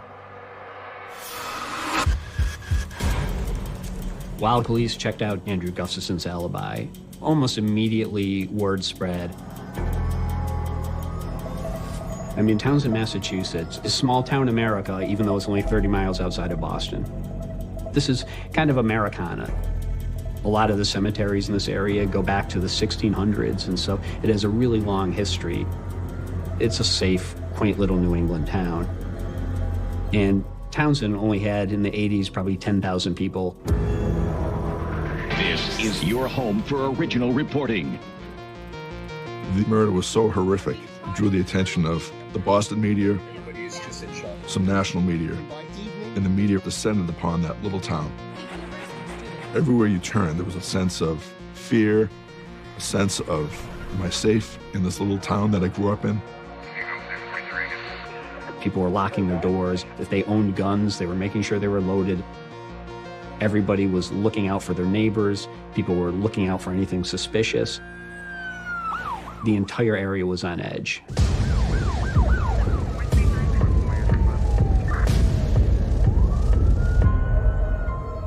So police checked out Andrew Gustafson's alibi, and it became clear he was not involved in the murders. This poor man lost his wife, lost his baby, and lost his 2 children, all at the same time with no known motive. It must have been just the worst possible day that anyone can imagine.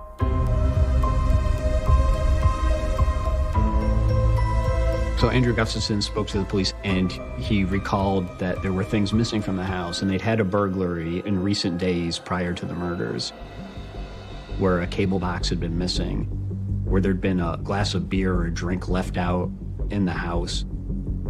Things that didn't seem that serious at the time now took on importance. Police knew that there'd been a string of burglaries in the area. So when Andrew Gustafson told the police about the prior burglary, immediately they thought these might be linked. The police had a working theory that Priscilla and William had come home and caught the burglar there, and that this had been an impulsive crime. Abigail came home later. She was the last one killed. Police were looking at this as possibly just being an interrupted burglary. But everybody knew that we had a killer on the loose. No one knew where he was going to show up or what horrible crime would happen next. During that time, I was a police lieutenant from the town of Pepperell, Massachusetts.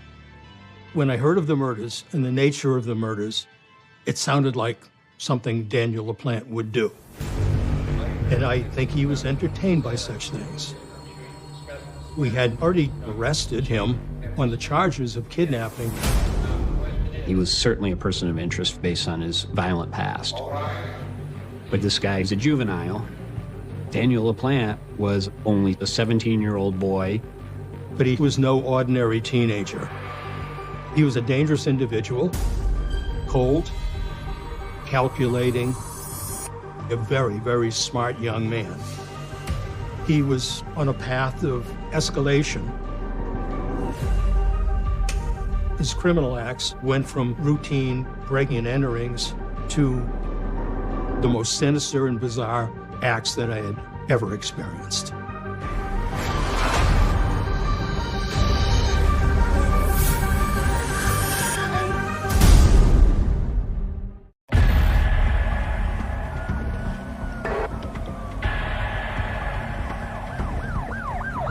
Everybody knew that a killer was out and on the run, and everybody was looking over their shoulders. Police told people to stay indoors. They told people to keep their doors locked. Police had no idea what was motivating the killer. The fact that there'd been a string of local burglaries seemed like it was related because of the prior burglary in the Gustafsons' home. But were these even related to the burglaries? They really had no idea. We developed a list of the usual suspects. And I use that term very loosely. It's people who had criminal background, who have committed violent crimes, who have been breaking into houses. 17-year-old Daniel LaPlante was on that list. We found out the house breaks, including stealing guns out of houses, all started to occur after he got released on bail. We were starting to put pieces together. A couple of detectives found him at a library in Townsend. So they went and spoke to him, and they didn't have a great feeling on the interview. He told them that he had an alibi, that he'd been at a birthday party, and there were other people who could corroborate that, but he seemed a little jumpy, so police were suspicious. And then he just fled. He was a person of interest, but we didn't have evidence that tied him to the scene. So we needed to gather as much information about Daniel LaPlante as we can. He had committed crimes in Townsend as a juvenile, and also in Pepperell, which is a neighboring town. He was arrested, was out on bail for the crimes he had committed in Pepperell. Frank Bowen lived in Pepperell, Massachusetts. He was a bus driver, and he lost his wife to cancer in 1986. He had 2 daughters. Tina was a teenager in high school, and she had a younger sister, Karen. And the 3 of them were alone and grieving the loss of their mother, trying to cope with Frank working long, long hours and his daughters home alone. The daughters were not dealing well with the loss of their mother, and they were trying to contact her. They had a seance, and while conducting the seance to try to communicate with the deceased mother, they started to hear noises, knocks on the walls.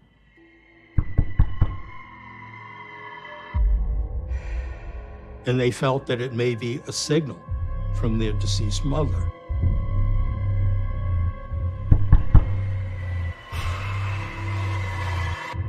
And then they started noticing things that seemed out of the ordinary. They'd come into rooms and they would find lights that had been off were now on. Things were moved in various rooms around the house. So they started asking their mother questions. And when they would ask questions, there would be knocking in response to it. So the 2 little girls who are dealing with the loss of their mother went and told their father that they actually had their mother in the house and she was trying to contact them. And the father, Frank, just thought that they were grieving. It did create a disjoint between the 2 daughters and their dad. He honestly felt that they needed psychological help and that this was not happening. But that changed very quickly. On December 8th of 1986, the family had returned home and found that one of the toilets had been used. They immediately figured that somebody had been inside the home, and they started a search.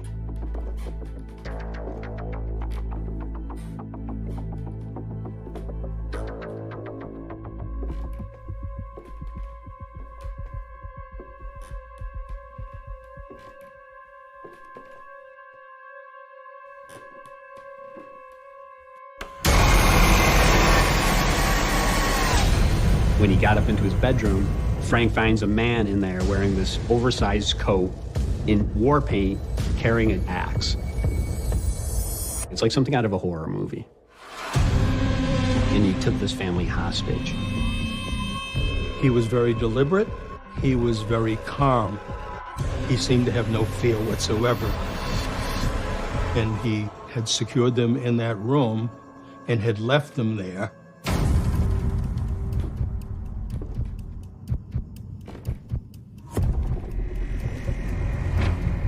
At that point, one of the daughters escaped, was able to go next door, report the kidnapping, call the police, and we arrived. We searched the home, the woods around the home. We searched the area, the roads, and no suspect was found. As police officers, we had to believe the story as unbelievable as it sounded. I had covered murders, I had covered suicides, strange deaths. I had never encountered anything like this. During our search, I did find the hatchet just outside one of the doors. But as far as a sign of an intruder, we found none. No member of that family were able to identify the intruder. His disguise, apparently, and the fear he instilled made it impossible for them to identify who this was. But now, Frank knew his girls had been telling the truth, that there was something happening. It wasn't just in their minds. Our thought was that the suspect, if he existed, had fled into the woods. We're talking nighttime. And it would have been very easy for the intruder to hide himself in the woods. And finding him would have been extremely difficult.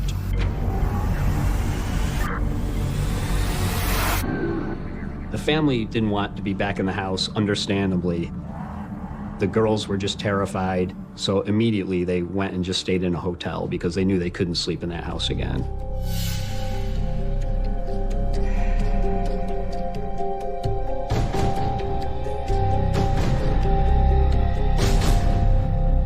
Two days later, Frank returned to the house.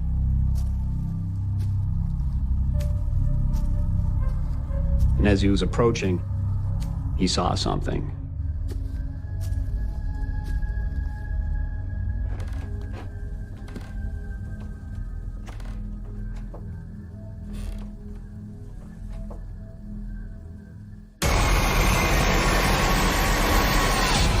He saw the same man as before and thought, this man is trying to kill us.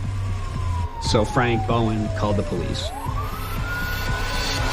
I got there about 10 minutes later, and you could see he was distraught.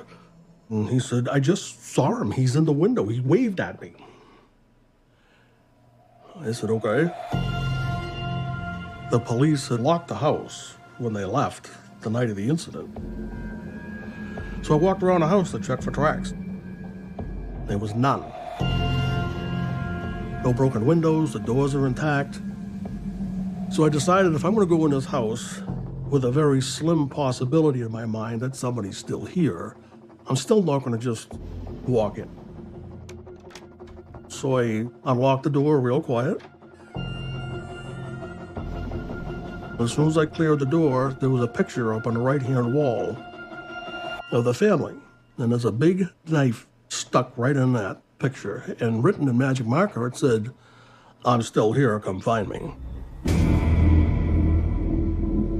At that point, I said, he's here. I don't know how, but he's here.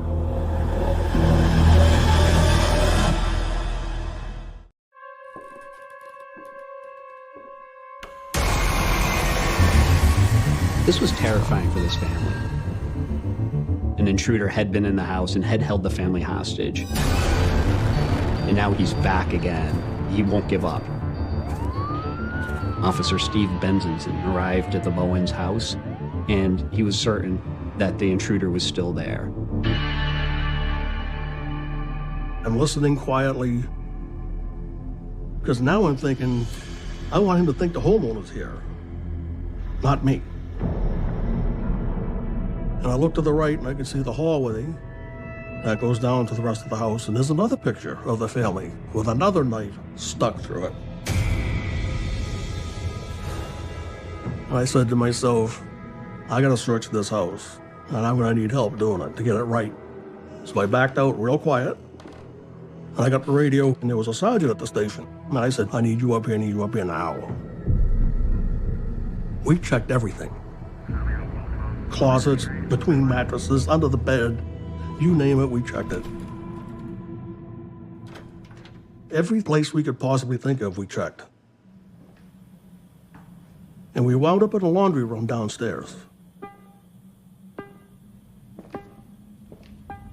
And I remember looking up at the ceiling going, I don't understand why we can't find him.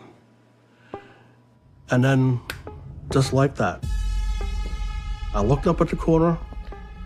There was a set of pipes from the upstairs bathroom, but they didn't like looking at the pipes. So they built a wall to hide the pipes. And I'm looking at this wall going, there's enough room someone could hide behind that wall.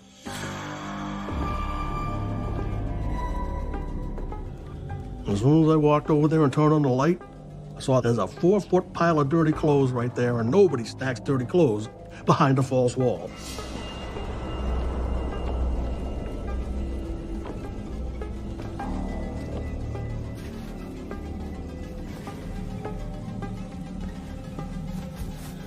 I just moved a couple of pieces of clothing.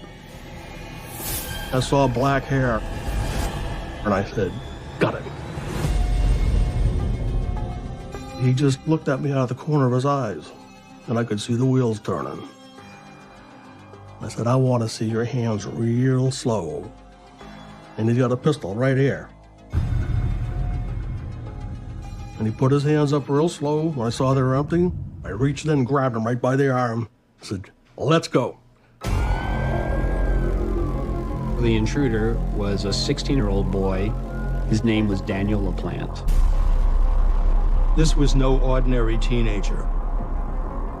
Beyond that, this was no ordinary criminal. After having arrested many young men, I was rather surprised by his unconcerned manner. This young man, despite his age, was very dangerous. And for the first and last time in my entire career, I bypassed the usual ritual of taking only 2 mugshots, and I took 6 of them, thinking that they would be used sometime in the future.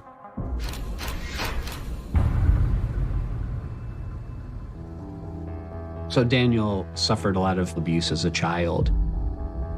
He was abused by his father, his psychiatrist, by other people, sexually and physically and psychologically, for a long period of time, and he displayed really troubling behavior from an early age. He was a loner. He was somebody who didn't know how to deal with other human beings, and that only got worse with time. He was held at my request without bail on the charges of kidnapping, but also for mental evaluation. At the time, we approached the assistant DA to really work hard on the case to get it before the judge. In other words, for his trial not to be delayed. To be targeted by a psychopathic person like this is really shocking. So once they arrested the suspect, they realized that Tina had dated Daniel LaPlante once. He'd made contact with her over the phone, and then eventually they had a date and they went out for ice cream. And he misrepresented himself on the phone. He completely misrepresented who he was and what he looked like, and she got a bad feeling from him, so she broke it off after that one date. So that one date led to this guy stalking her and living inside the walls of her house.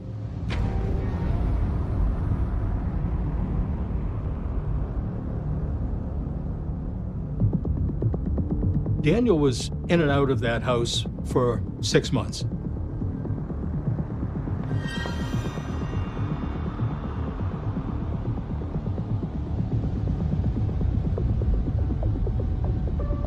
One of his acts was to remove electrical outlets so he could spy on the family members.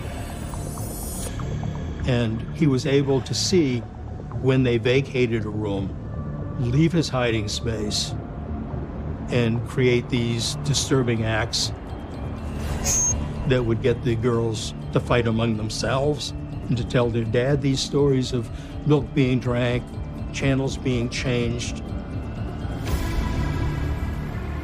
And it would allow him to slip back into his hiding place.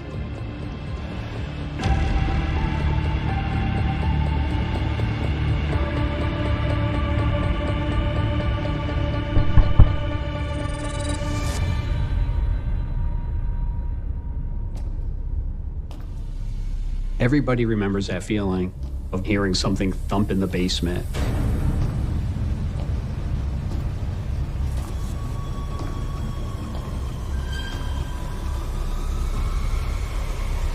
thinking it's a monster, thinking somebody's hiding in the closet.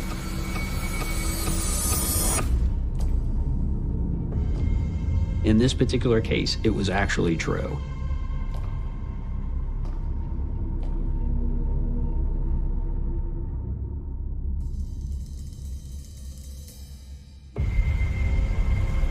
It's terrifying that a single date, just going out for ice cream and not progressing beyond that, is going to turn into somebody breaking into your house and then tormenting you for months. Whatever his plan was, whether it was to rape one of the daughters, whether it was to kill all 3 people, I can't be sure.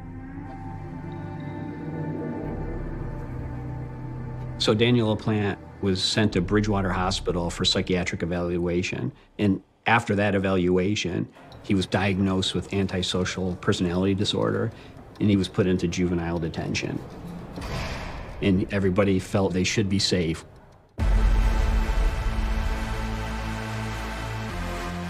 Daniel LaPlante lived on Elm Street, and it was only a mile through the woods from the Gustafsons' house, except Daniel LaPlante was in juvenile detention. Or so they thought. When he turned 17, the judge decided that he should be tried as an adult. And when Daniel LaPlante was charged as an adult, he was able to get bail. He was brought before the judge not to be tried, but on a bail hearing. And the judge at the time, without any police input or presence, released him on $10,000 bail. And his mother mortgaged their house and put up the $10,000 bail to get him out. There's no question that the judge made a massive mistake. Daniel LaPlante was very dangerous. From terrorizing a family to kidnapping. When I found out about the murders, I said, I wonder what Danny LaPlante is doing lately.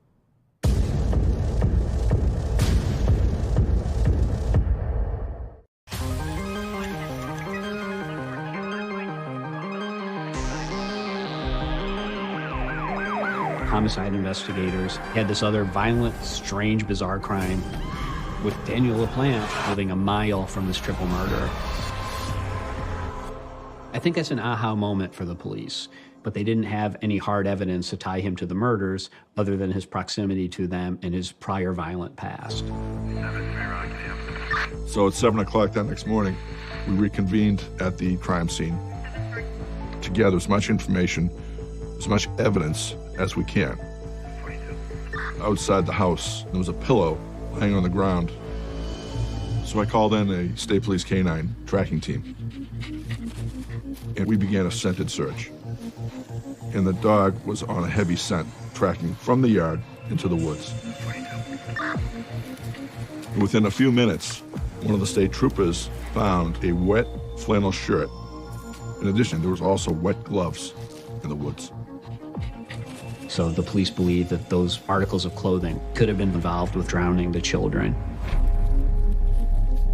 And the canine immediately picked up on a scent from those items. It led us through the woods. And eventually led us to Daniel LaPlante's house. After we did the canine track, we applied for a search warrant. We executed that search warrant, did a complete search of the entire residence. Daniel was not there at that time. One of the key pieces that we found were a pair of wet socks in Daniel LaPlante's bedroom. And on the wet socks, we found a blonde hair. Could be from Abigail.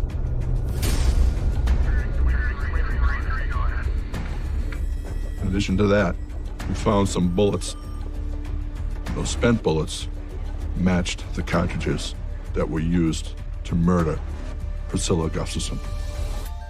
There was no doubt that we were on the right track. After we recovered those items, we applied for an arrest warrant for Daniel LaPlante. But at this point, Daniel had fled, and a manhunt was on. We released his picture to the media, and the media ran with it. 24 hours after the triple homicide of the Gustafson family in Townsend, police are still on the hunt for their killer. On the 6 o'clock news, the 11 o'clock news, they posted his picture. We tried to let people know we were looking for Daniel LaPlante, and anyone who could help us, we encouraged them to drop us a tip. The media from Boston and from Worcester and from all over Massachusetts had descended on Townsend and Pepperell. And as a reporter, I was talking to the police officers, the chiefs of police. I mean, everybody was harried and frazzled. People who were off duty had come back on duty. Everybody was involved with this. For the first time in my police career, and the last time, I put on my bulletproof vest. I felt Daniel would head to Northwest Pepperell because he knew it well.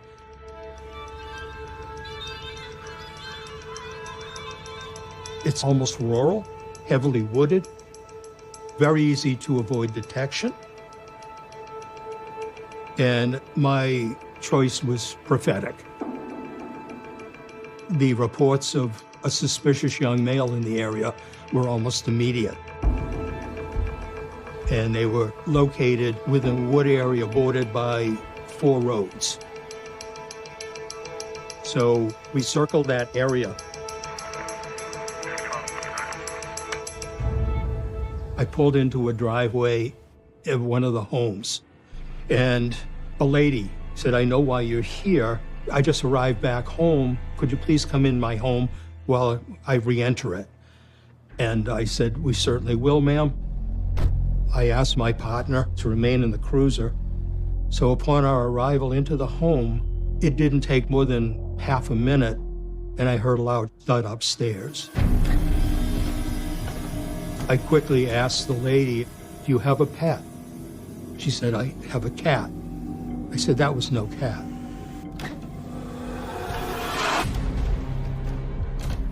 Upon getting to the top of the stairs, I found a 16-gauge shotgun lying at my feet with the bolt closed, so assuming it was loaded. I believe that was the sound of the thud that I heard. We did a thorough search of the entire home. He had fled from an upstairs window, had jumped onto the garage, into the woods behind the home, and had taken flight. His goal was to take me out with a 16-gauge shotgun. I believe what deterred him was the presence of my partner in the cruiser. The husband of the house did indicate that the shotgun was his, but he indicated that a handgun was missing, and also a belt of ammunition, and it was obvious that the intruder was attempting to arm himself. Everybody knew that the killer was running around, and the police were everywhere. Every time somebody saw something move in the woods, they'd call it into the police. People are locked into their homes in total fear, and they should have been. They absolutely should have been. When you kill 3 people, there are no bounds anymore. There was a real danger of him not just abducting anybody, but he would have killed them. People knew they had to try to catch him before somebody else died.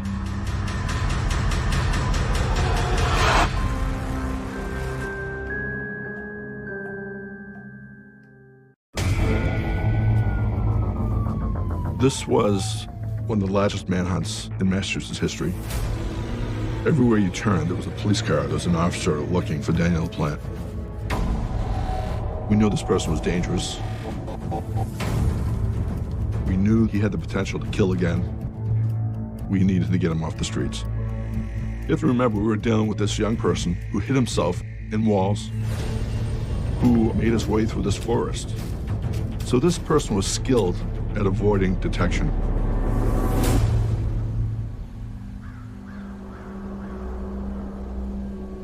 In a matter of 15 to 20 minutes, I do get a report that once again, faced with a police officer, this fleeing felon decided to run into a lumberyard in the town of Ayer.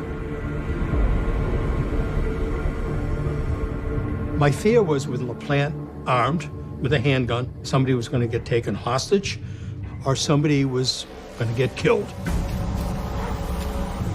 So the police cordoned off the area, they blocked off the streets, a police helicopter was up, and police were going through it, and at some point one of the officers thought he heard something by a dumpster. Several officers surrounded the dumpster. They ordered Daniel to come out. And he finally decided to surrender himself. He was transported to the state police barracks located on Elm Street in the town of Concord, Massachusetts. He was charged with the murder of Priscilla Gustafson, Abigail Gustafson, and William Gustafson. I sat next to him during trial. His eyes were cold. He looked right beyond you. No remorse whatsoever. So I covered the trial for my newspaper. I remember sitting in court and looking at LaPlante, and he was just without emotion, just expressionless. Like, he never showed an ounce of empathy. He never showed any discomfort for what was going on. Just a soulless look. Jurors can follow this with their notebooks. Thank you. There were several factors that linked Daniel to the murders. Shell casings that were found in the LaPlante home were the same exact type as those found at the murder scene. Also, a hair found on one of Daniel's socks was indeed from the head of the murdered Abigail Gustafson. And during one of the searches at the LaPlante home, the actual murder weapon was found, which was a .22 revolver in an abandoned vehicle located on the LaPlante property. We also recovered 2 cable TV boxes and remote controls that were taken previously at the Gustafson home. So before the murders happened, LaPlante had been in that house previously. Thank you. You may all be seated.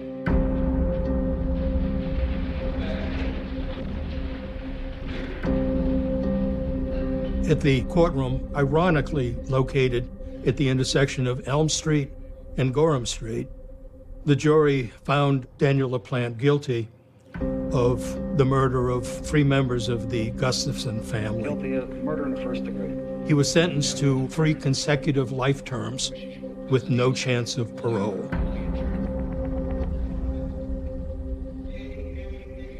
You're looking at somebody, perhaps, if such a thing exists, being totally evil.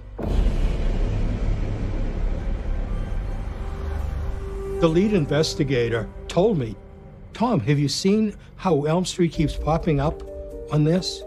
You know, his residence on Elm Street. He gets taken to the state police barracks on Elm Street in Concord. He's prosecuted, found guilty at the courthouse at the corner of Elm Street in Lowell, Massachusetts." There are 7 total Elm Street connections in this LaPlante saga, which is quite bizarre. Was justice served here? I guess under the law, justice was served. But how can you ever recover from losing your wife and your 2 children and your unborn baby? So he was off the streets. But as far as the Gustafson family goes, I can't answer that question. You know, a case like this is just so terrible, it's just so awful that people never get over it. Like, it's a kind of thing that makes people pause and really think, how could one human being do this to another? I've never forgotten it. You know, I covered it as a reporter, but I've never forgotten this case. It was evil showing its face. 2 beautiful children, another one on the way, and this terrible person broke into the house and ended it for no reason, just killed these people. There was no real motive that we ever uncovered, other than the fact that they walked in when he was in that house. This person was cold and evil personified.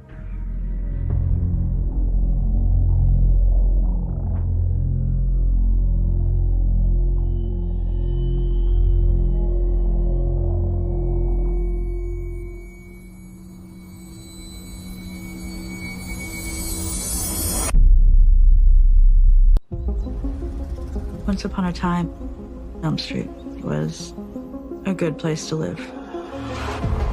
We're the type of community where people still wave to you. The charm's there. It's pretty, but we have our fair share of serial killers. There was satanic rituals being held there. Is he still out? Is he going to come after me? A firefighter said something heinous had happened. You don't really know when it's gonna happen or what's gonna happen or who's doing it. I was screaming, my dad's dead. Someone's killed him. Evil took over that night. Being aware of the danger out there. I don't know that I've ever seen a broadsword like that. I don't see them as human. I see them as vermin. Detectives found things that were beyond their wildest nightmares.